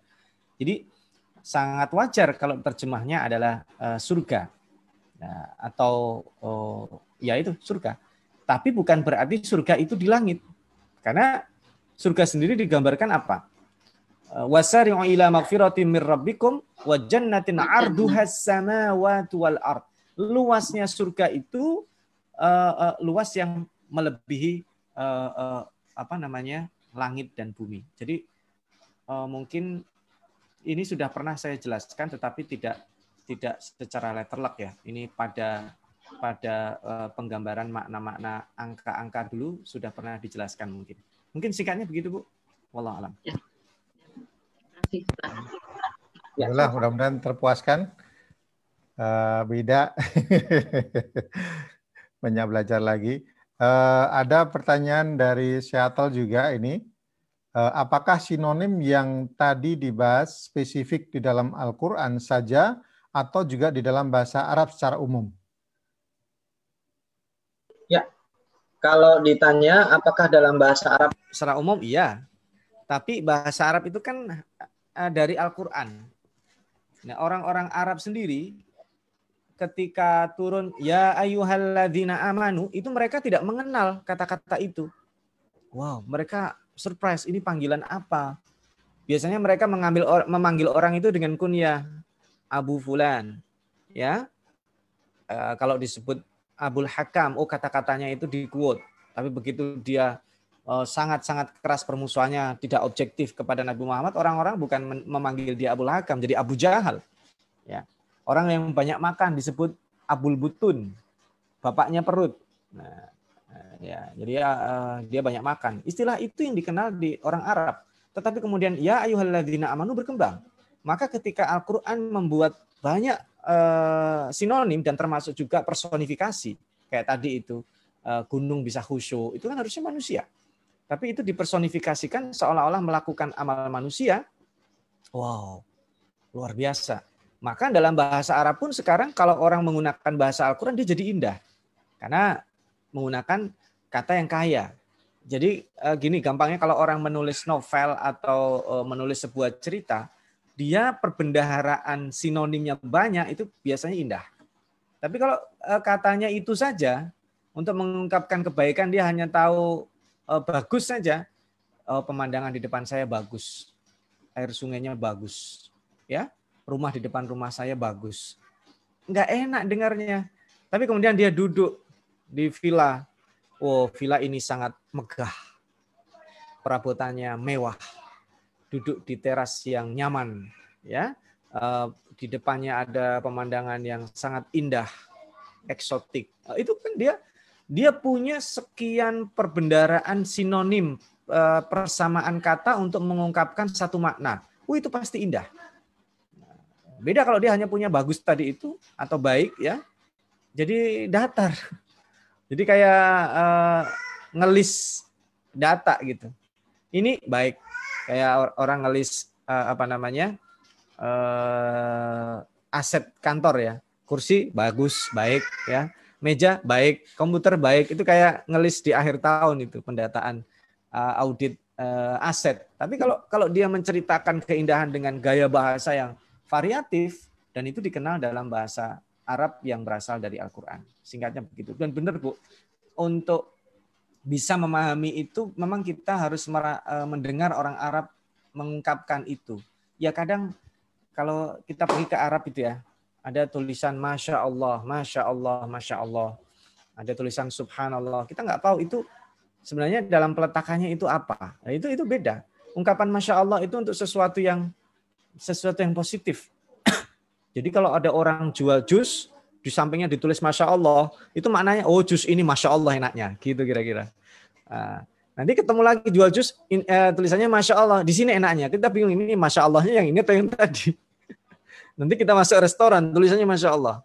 Tapi kalau ditulis Subhanallah, itu malah nggak ada orang masuk. Karena Subhanallah itu untuk menyucikan sesuatu yang nggak bagus. Gitu. Jadi nulis restoran, kasih tulisan Subhanallah, malah orang nggak masuk. Karena Subhanallah dalam Al-Quran juga Subhanallahi amma tusyrikun, amma tasifun, amma yasifun. Allah Maha Suci dari yang disifati, dari yang disyiriki. Jadi kalau kita pakai kata Subhanallah di dalam restoran kita, itu menandakan ada yang sedang dijauhi di situ. Ya orang malas masuk. Nah itu kalau kita tidak tahu, contoh sederhananya begitu. Lalu ada ungkapan takjub, kemudian ada, itu ketika kita tahu realitinya, sense kebahasaan. Saya kira bahasa Inggris juga ada seperti itu. Saya baik dalam pelafalannya, mohon izin, pelafalannya itu juga salah dalam spellingnya atau dalam kejelasan kefasihannya, arti yang berbeda. Ya orang Inggris menyebut tomorrow itu pergi ke tomorrow atau besok itu juga bisa artinya dan seterusnya. Ya arti beach itu sendiri kan juga kalau pengucapannya salah maka bisa berarti yang lain gitu dan seterusnya. Itu kira-kira emang ini sangat dekat. Harusnya saya kalau tadi menyatukan antara sinonim dan mustarok dalam satu pertemuan khawatir tidak cukup. Maka sekarang kita yang kata-katanya banyak, artinya satu. Nanti pada pertemuan selanjutnya katanya satu tapi artinya lebih dari satu. Kayak tadi disebut rob, nanti ada nasullaha fanasiyahum. Mereka lupa Allah maka Allah lupa mereka. Apakah sama itu? Wa makaru wa makarallah disusunnya. Jadi itu nanti insya Allah pada bahasan berikutnya. Kira-kira begitu Ustaz tadi. Wallahu a'lam. Alhamdulillah. Allah. Makin menarik. Tentunya harus terus hadir dalam ulumul Quran ini. Ini baru pertemuan kedua sesi yang ketiga. Ya, ini sepertinya Ustadz hancang-hancang sesi 4 ini. Hati-hati. Ya, jangan kapok. Baik, dari Ibu, ini Bapak tuh. Bapak mungkin ya, Ruli Prasetya. Ya, mohon maaf kalau salah sebut awalnya Bapak atau Ibu. Salam Ustadz, bisa dijelaskan hikmah beda sinonim kata manusia dalam Quran, insan, bashar, anas, dan lain-lain. Syukron. Dari Ruli, Washington DC. Ya. Nah itu Pak Ruli ya. Saya kajian itu kayaknya kajian tematik saja nanti. Karena itu panjang penjelasannya. Saya sudah menyediakan satu slide khusus terkait itu. Al-insan itu single. Ya. Lalu pluralnya an-nas. Lalu disebut juga al-bashar. Disebut juga Bani Adam. Nah itu mengungkap manusia di dalam Al-Quran. Itu artinya kenapa di sini disebut single? Misalnya di dalam Al-Quran itu ada surat manusia 2. Surat Al-Insan single, ada surat An-Nas plural. Tapi tidak ada surat Al-Bashar. Karena penggunaan paling banyak di dalam Al-Quran ya An-Nas dan Al-Insan. Nah, nanti itu tematik dan itu kalau saya jelaskan sekilas takut prematur, saya kasih gambaran ringan aja. Kalau An-Nas itu lebih mencakup manusia umum. Ya. Kalau Al-Insan itu biasanya pembicaraannya personal. Jadi ingin kepada every single of us. Itu biasanya Allah kalau membicarakan itu Al-Insan itu temanya. Tapi kalau umum biasanya An-Nas. Nah, baru kemudian kalau bicara bashar, tematik bashar itu dia mengingatkan bahwa jenis manusia yang bermacam-macam, bahwa manusia itu akan punah, bahwa manusia nanti dia tidak berdaya. Nah, itu disebut dengan bashar dan derivasi kata bashar itu juga maknanya beda-beda. Ya, kalau salah satu saja ya. Nah, saya ambil misalnya wabashshirhum bi'adzabin alim. Itu dari kata basyara. Nah, kalau basyir Jadi manusia itu lebih suka kalau disebut dengan bashar itu menyukai hiruk pikuk. Ada berita, ada peristiwa, ada kejadian. Itu tema pembicaraan bashar. Kurang lebih ya bukan cocokologi karena hanya satu saja.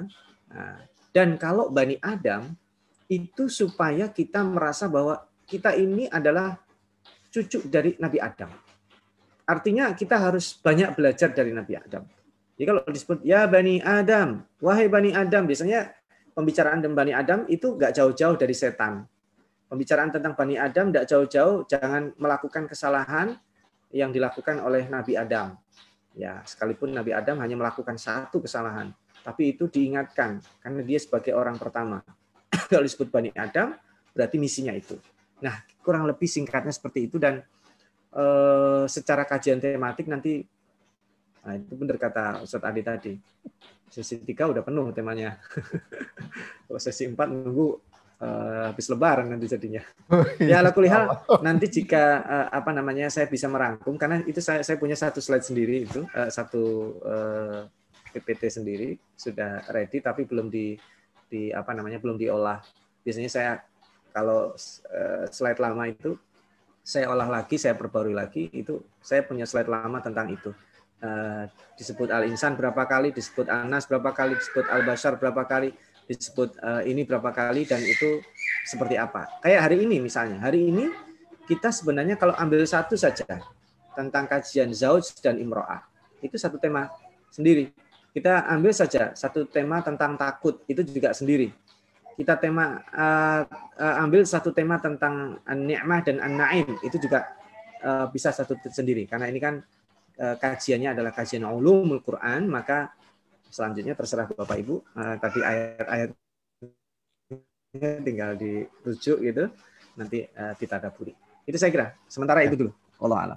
Ini ada pertanyaan lanjutan dari penanya yang sama terkait fungsi sinonim takkid.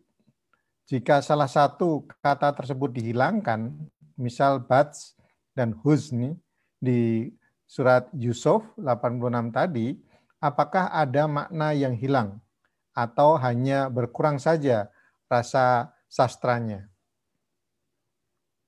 Ustaz. Ya. Jadi kalau kata sinonim itu dihapus, ya kalau dalam ungkapan bahasa nggak apa-apa. Tapi Al-Quran ketika menyebut itu memberi penekanan. Jadi begini, ketika Nabi Yakub mengatakan, Innama ashku bathi wa huzni, itu kesedihan menyayat-nyayat hati yang kemudian menyebabkan kesusahan fisik. Ya udah aku serahkan kepada Allah. Ya kayak beginilah, mohon maaf kalau contohnya tidak berkenan. Misalnya saya habis berbisnis, naudzubillah min dzalik ya. Saya investasi dengan uang pensiunan saya misalnya sekian. Saya milih antara investasi ini saya sebar jadi 3 investasi atau satu. Oh, saya jadi satu aja lah, sini semuanya uang. Tahu ternyata investasi itu salah. Dibawa kabur oleh investornya misalnya, oleh yang tadi kita kasih invest itu kemudian kita lemes, ya itu kan ibaratnya ashku batti wa huzni, jadi kesedihan, kesusahan akibat itu ya termasuk rasa jengkel, rasa kecewa, itu ngumpul. Nah, jadi baik secara non fisik ataupun berakibat fisik itu semuanya dikeluhkan ya Allah. Karena kan habis itu biasanya lemas, orang jadi nggak doyan makan, orang jadi kepikiran. Itu kalau huzn itu kan sedih, kurang ini istilahnya, kurang dramatis bahasanya, kurang didramatisir. Tapi dengan misalnya ashku batti wa huzni, kayak tadi itu orang kalau tersesat itu kan doyikon haroja, doyikon saja sudah cukup, atau harojan saja sudah cukup. Tapi ketika ditekan itu berarti menandakan semua kesulitan, kesesakan, kesempitan itu ada pada dia. Melihat apa aja padahal rumahnya besar, namanya orang iri, nggak terima dia. Nggak pernah puas, kira-kira begitu. Kalau dihilangi di Quran ya nggak bisa. Karena kedua itu menguatkan. Tapi kalau dalam bahasa biasa ya nggak ada masalah. Ya. kurang lebih gitu. Kalau dihilangi tidak mempengaruhi makna gitu. Tetapi dengan ditambah itu menguatkan dan lebih membuat efek kedua. Jadi sebenarnya fungsi 1 dan fungsi 2 itu terkait. Dia menguatkan juga menjelaskan. Gitu. Kalau fungsi 2 itu mungkin kelihatannya hampir tidak paham. Karena kalau Bapak dan Ibu buka, tadi contoh saya itu nusus ya, itu hampir nggak bisa dijelaskan. Maka perlu kata-kata yang i'rab. Oh, begitu maksudnya. Wallah alam. Kurang lebih begitu. Alhamdulillah, jazakallahu khairan katsiran. Ada pertanyaan lagi. Assalamualaikum warahmatullahi Ustadz. Mau tanya tentang macam-macam hujan di dalam Al-Quran. Meskipun sama artinya hujan, tetapi berbeda dalam pilihan tujuannya, yaitu antara mator, hujan, yang selalu ditujukan kepada kaum yang dilaknat atau diazab. Apakah perbedaan pemakaian istilah hujan ini termasuk sinonim? Jazakallahu khair dari Ibu Sita, Kanada. Baik. Kalau kata hujan emang mator yang dibahas. Tapi kalau hujan yang artinya baik itu disebutnya langsung langsung substansinya. Karena saya pernah membahas itu ya. Kenapa Allah menurunkan air itu satu saja jenisnya? Ya, bukan satu tetes ya. Satu tetes tapi temannya banyak. Nah, jadi banyak. Tapi bukan itu. Bukan volumenya, tapi jenisnya.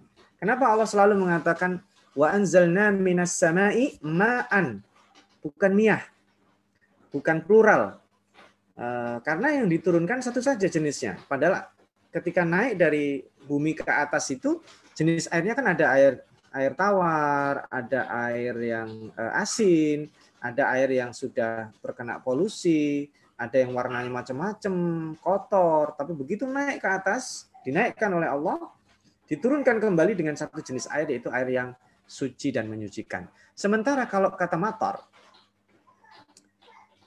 mator itu, ini bahasa Indonesia ya, saya tidak tahu juga kalau terjemahan hujan batu itu apa. Kalau dalam bahasa Inggris itu kan tentu tidak sama. Kalau di kita kan hujan batu gitu ya. Hujan biasanya air. Kalau dalam iklan online hujan hadiah misalnya. Jadi itu sudah tidak makna yang sebenarnya. Jatuh dari tempat yang tinggi itu disebut dengan hujan. Maka kalau konotasinya selain air itu tidak makna yang sesungguhnya.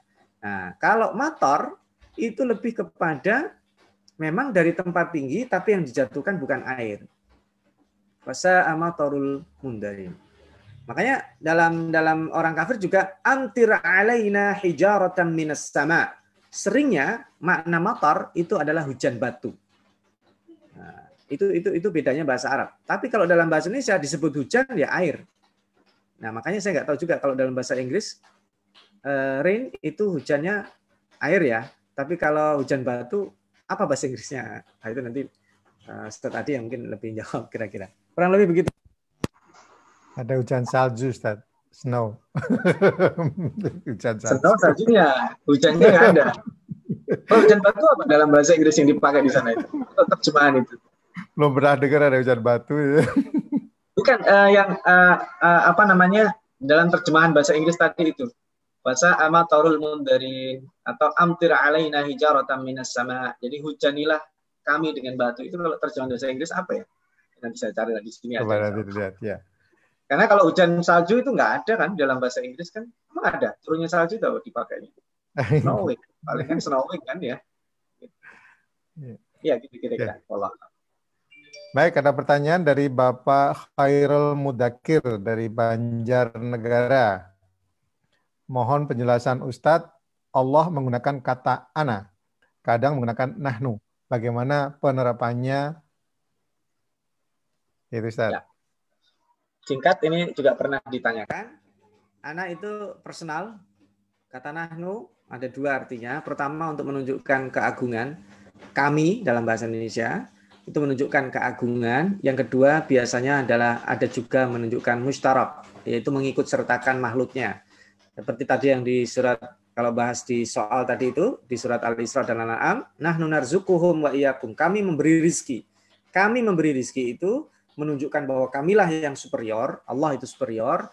Yang kedua, melibatkan hambanya. Karena dalam memberi rizki itu, Allah nggak langsung nurunin segepok uang, menurunin langsung paham, menurunkan ilmu, menurunkan koneksi, enggak.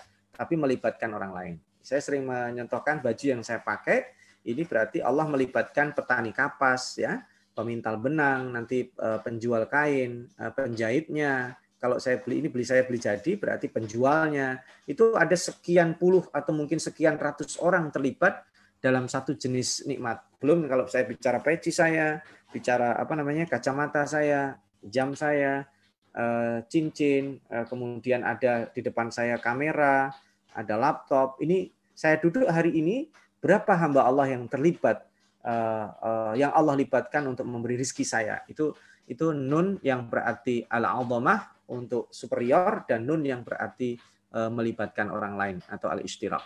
Itu pernah kita jawab. Itu kira-kira Ustaz tadi, silakan. Alhamdulillah, jazakallah khair. Sekali lagi untuk dipersilakan membuka kameranya sehingga Ustadz bisa melihat mahasiswa dan mahasiswinya ini supaya lebih mantap lagi. Ustadz bisa melihat siapa saja yang turut belajar, siapa tahu pernah berjumpa atau mengenalnya. Baik, pertanyaan selanjutnya Ustadz. Ini jadi hujan pertanyaan ini. Assalamualaikum Pak Ustadz. Ya.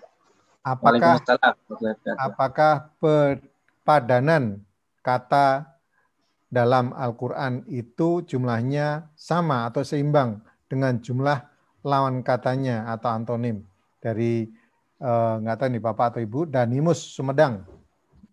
Ya, dijawab tidak sama Pak, tidak sama karena penggunaan antonim itu, saya malah kepikiran jadi ya.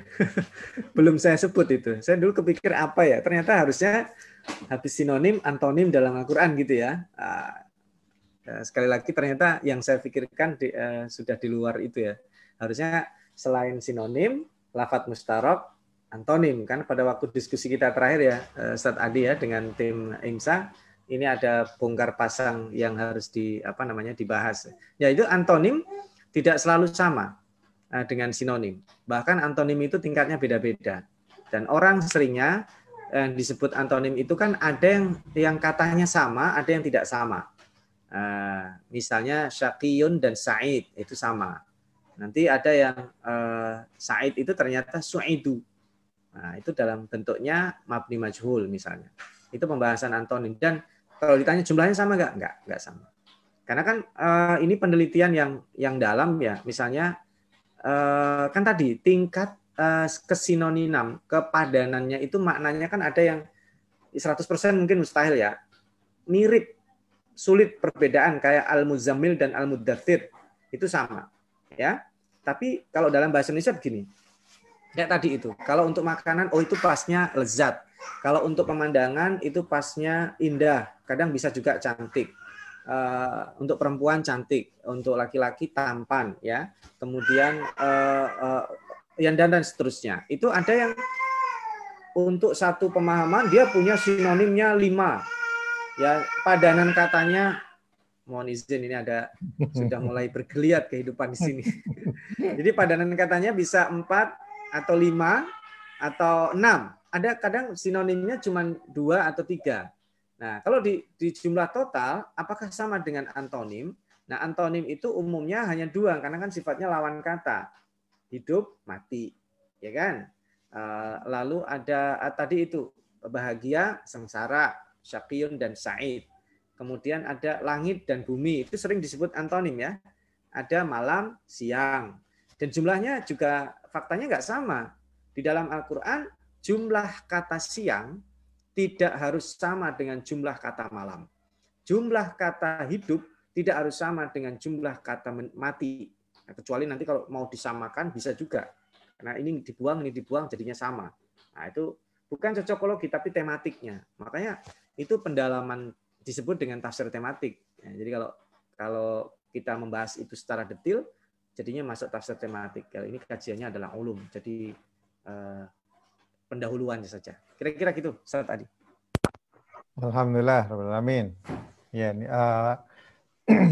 saatnya kita untuk bersiap-siap untuk terus mengikuti kajian Ulumul Quran, ya, karena sudah banyak topik-topik yang masuk. Paling tidak hari ini sudah ada 3, ada antonim, termasuk salah satunya.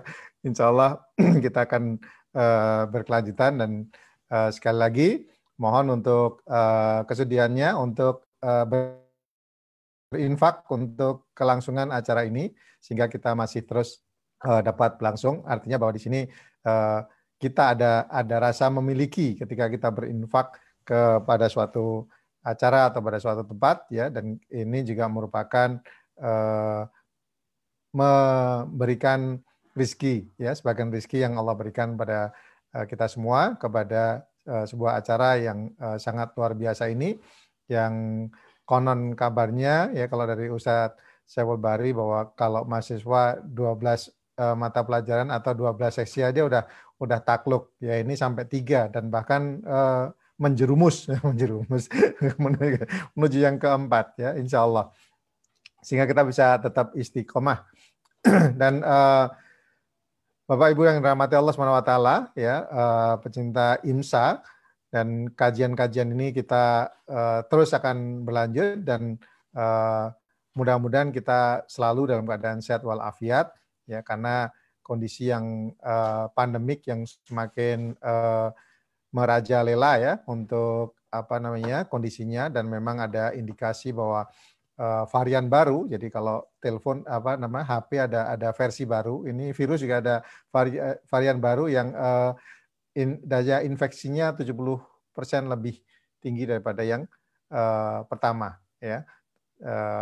Itu tetap kita sebagai muslim, ya, tetap atiullah wa atiur rasul wa ulil amri minkum, ya, orang-orang yang berilmu, ya, kita ikutin bagaimana saran para dokter dan sebagainya.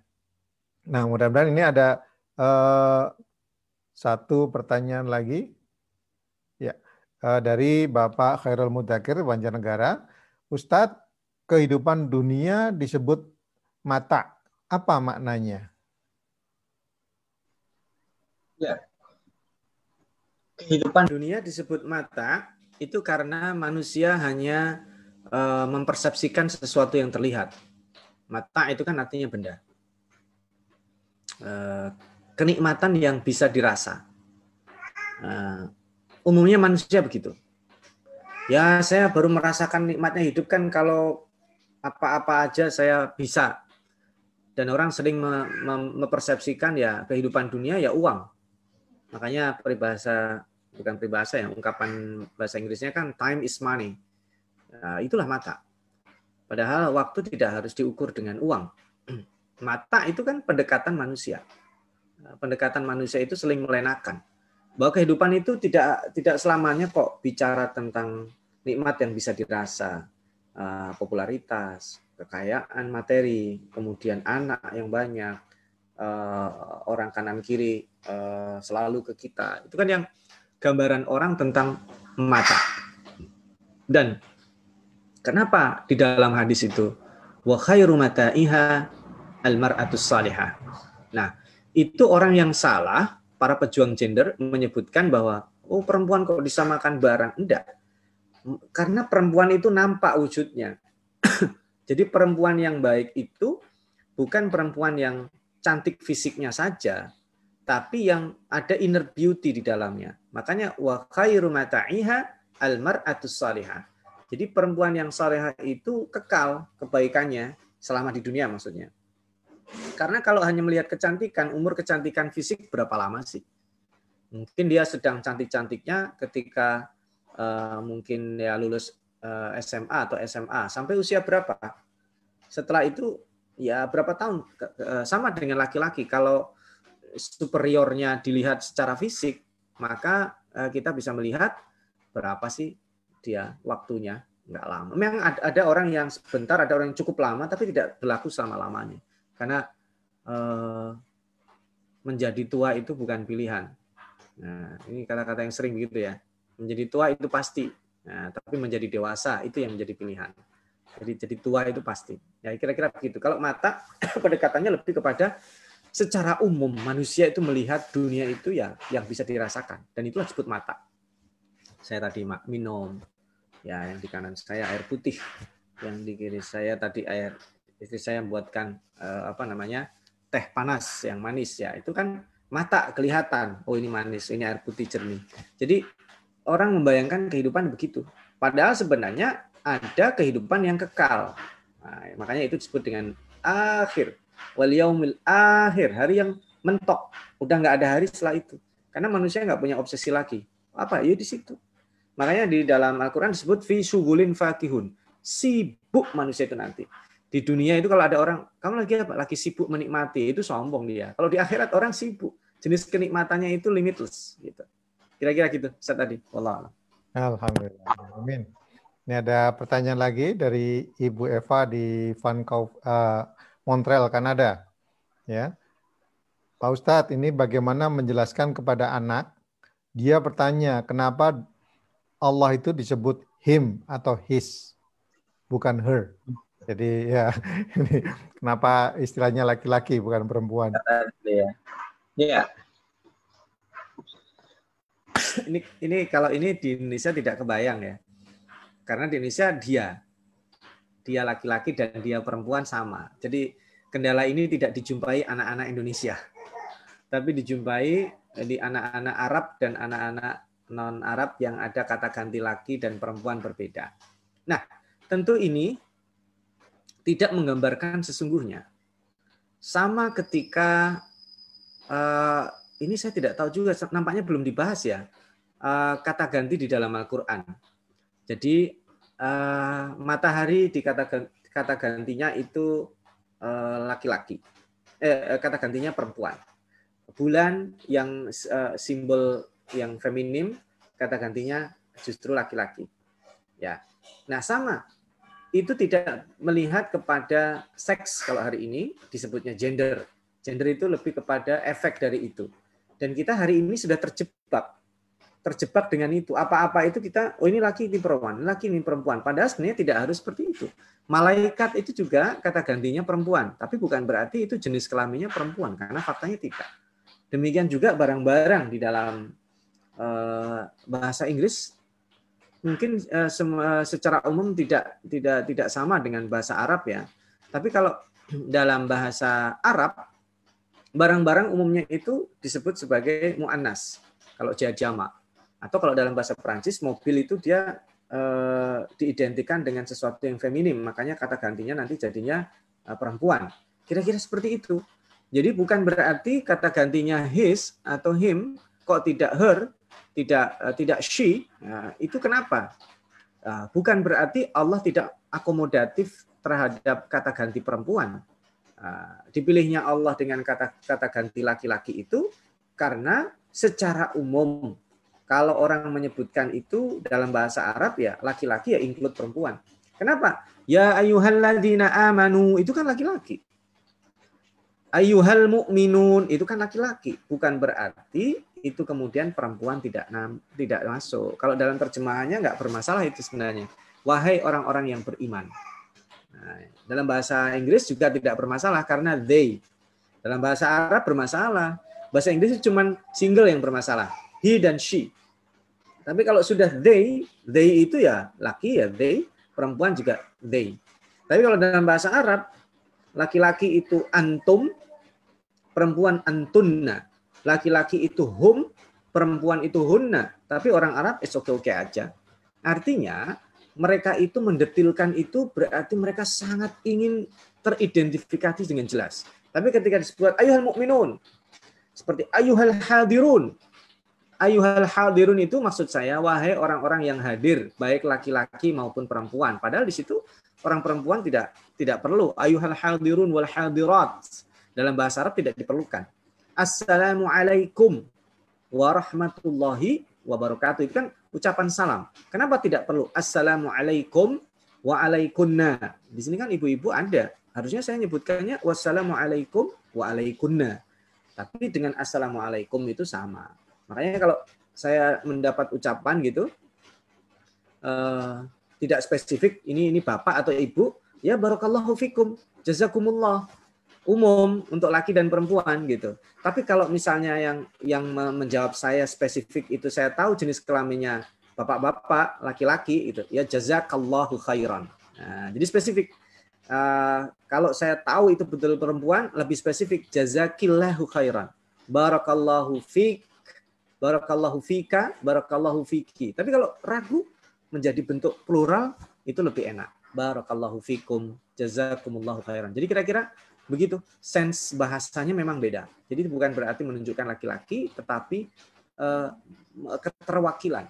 Karena itu adalah kata ganti yang tidak bisa selalu diidentikan dengan jenis kelamin. Wallahu a'lam. Mudah-mudahan bisa menjelaskan. Alhamdulillah, jazakallah khairan katsiran, Ustaz.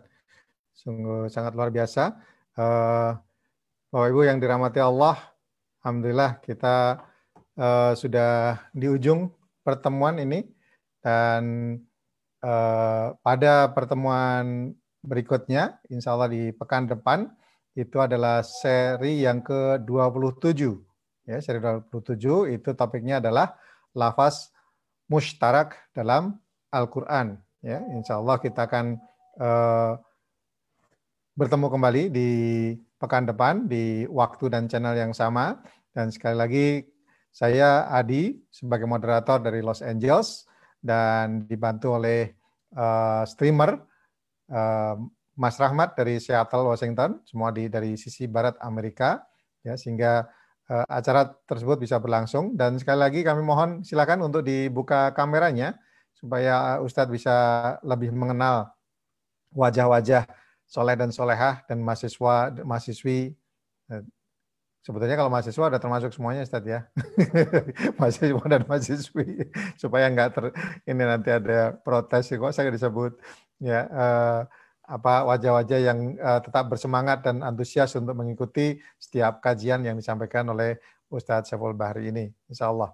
Dan apalagi yang perlu saya ingatkan itu saja. Kemudian mohon maaf tadi ada monster lewat, jadi ini kucing saya. Jadi kalau cucu saya udah diajak pulang sama orang tuanya, kucing gantian minta perhatian. Jadi maaf tadi melewati kamera, loncat di komputer, begitulah. Mudah-mudahan kita bisa bertemu lagi, dan insya Allah kita akan dengarkan bagaimana rangkuman yang disampaikan pada hari ini, dan sekalian ditutup dengan doa, Ustadz. Tafadhol. Baik, Bapak Ibu sekalian, rangkuman terkait kajian sinonim ini sebenarnya dengan sedikit contoh tadi itu ada 9 contoh, misalnya masih banyak ya. Saya kepikiran tadi yang masalah tidur tadi sebenarnya itu menarik. Silakan nanti Bapak Ibu dan kaji ya terkait dengan ungkapan kata tidur di dalam Al-Quran, itu termasuk salah satu sinonimnya yang lebih dari satu ya. Takut, tidur itu termasuk yang sinonimnya lebih dari satu kata. Nanti insya Allah pada pertemuan berikutnya kita akan membahas tentang satu lafaz yang artinya lebih dari satu, itu disebut dengan al-mushtarak. Jadi ini kebalikannya. Ya, Bapak Ibu, kenapa perlu sinonim? Pertama, untuk menguatkan doktrin, itu disebut dengan al-wadhifah ad-diniyah. Dalam pengulangan kata dulu pernah kita bahas. Yang kedua, al-wadhifah al-adabiyah atau tugas kesusastraan istilahnya. Keindahan itu dengan varian. Variasi ungkapan kata itu membuat kita merasanya sangat luar biasa. Dan kalau itu nanti diterjemahkan dalam berbagai bahasa, terjemahannya itu akan menyesuaikan. Dia akan mikir, kalau ini diterjemahkan indah, ini terjemahkan indah lagi, nggak pas. Berarti akan mikir. Dan itulah yang terjadi, sehingga kata-kata serapan Al-Quran itu nanti muncul di dalam terjemahan-terjemahan bahasa selain Arab. Seperti contoh sederhana saja, kata ridho. Ya, kata ridho itu dulu diterjemahkan, tapi kemudian ketika ketemu kata puas susah. Maka akhirnya ridho itu sesuatu yang beda, kata puas sesuatu yang beda, sehingga kemudian ada perbendaharaan kata baru dalam bahasa Indonesia disebut dengan ridho. Nanti ada ikhlas dan sebagainya, itu memperkaya bahasa sasaran yang pernah kita bahas pada sesi terjemahan. Itu saja saya kira sebagai closing, dan ini menguatkan kita pentingnya berinteraksi dengan Al-Quran dan tentunya memotivasi untuk belajar bahasa Arab. Mohon izin untuk pekan depan hari dan waktu yang sama mungkin saya berhalangan, karena sesungguhnya setiap bulan di Ahad keempat itu saya sudah punya komitmen rutin, ya, sehingga nanti saya coba akan berkomunikasi lagi dengan Ustadz Adi mencari solusinya, apakah diganti di hari lain atau next pada di skip untuk pertemuan yang berikutnya, ketemu setelahnya. Itu saja, mudah-mudahan kajian kita bermanfaat, dan harapan saya Bapak dan Ibu, slide yang saya berikan tentu tidak cukup. Itu sebagai pancingan motivasi sehingga Bapak dan Ibu tertarik lagi mengkaji lagi ternyata keluasan. Makanya saya tidak membatasi diri ya. Dalam kajian ulumul Quran, sekalipun ulama-ulama itu menulis bukunya hanya ada yang 2 jilid, ada yang jilid, ada yang 4 jilid, saya bisa pastikan siapa yang mengkaji tentang Al-Quran termasuk ulumul Quran, tidak ada istilah habis.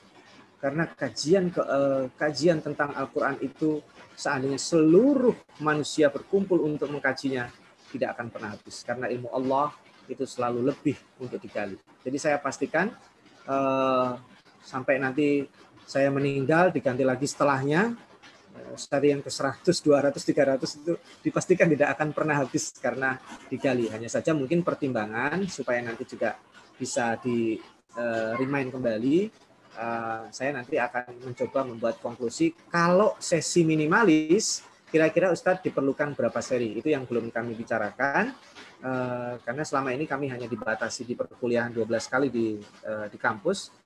Saya mencoba sedang coret-coret untuk membuat tulisan dalam bentuk buku. Kira-kira kalau secara sederhana orang ingin tahu ilmu Quran itu wawasan pokok yang perlu diketahui apa. Kalau hari ini itu termasuk wawasan mewah lah Ibu lah istilahnya, kalau ibarat makanan itu sudah, kalau di Indonesia ya sudah ada nasinya, sudah ada lauknya. Nah, ini istilahnya ya entah kerupuknya, entah disepnya, entah apanya, ini bagian kemewahan. Ini bukan yang kita kaji hari ini adalah bagian dari tambahan, tidak termasuk materi pokoknya. Itu saja, dan kita akhiri dengan doa, mudah-mudahan Allah jauhkan kita dari penyakit yang nampak dan yang tidak nampak. Astaghfirullahaladzim. Bismillahirrahmanirrahim. Alhamdulillahirabbil alamin. Allahumma shalli wa sallim ala nabiyyina Muhammadin wa ala alihi wa sahbihi ajma'in. Allahumma ja'al jam'ana hadza jam'an marhuma wa tafarruqana min ba'dihi tafarruqan ma'suma wa la taj'al fina wa la minna syaqiyan wa la mahruma. Allahumma ja'alna mimman yastami'una al-qawla fayattabi'una ahsanah. Allahumma ati nufusana taqwaha wa zakkiha anta khairu man zakkaha anta waliyuha wa maulaha. Rabbana taqabbal minna innaka antas samiul alim wa tub alaina innaka antat tawwabur rahim. Allahumma ja'alna wa dhurriyyatina wa azwajana min ahlil Qur'an wahsyurna wa iyyahum fi zumrati ahlil Qur'an. Rabbana atina fid dunya hasanah wa fil akhirati hasanah wa qina adzaban nar. Walhamdulillahirabbil alamin. Mudah-mudahan bermanfaat. Mohon maaf atas kekurangan, keterbatasan, kekhilafan. Insyaallah berjumpa kembali dalam serial berikutnya. Jazakumullah khairan. Wassalamualaikum warahmatullahi wabarakatuh. Waalaikumsalam warahmatullahi wabarakatuh. Jazakallah khairan katsiran pada Ustadz Syaiful Bahri dan juga Bapak Ibu sekalian yang dengan antusias, ada 60-an lebih di Zoom dan ada masing-masing sekitar 20-an lebih dari YouTube dan Facebook. Masya Allah, alhamdulillah. Jadi total bisa 100 lebih peserta dan insya Allah kita akan berlangsung. Kalau nggak pekan depan, insya Allah pekan depannya lagi. Yang jelas bukan hari Sabtu di Amerika atau Ahad di Indonesia, tapi mungkin sedikit bergeser. Kalau mungkin, kalau sudah ada acara, mungkin kita liburkan sejenak untuk kembali ke pekan berikutnya, insya Allah. Ya, jazakallahu khairan katsiran. Wabillahi taufiq wal hidayah. Assalamualaikum warahmatullahi wabarakatuh. Waalaikumsalam. Jazakallah khair Ustaz. Sama-sama.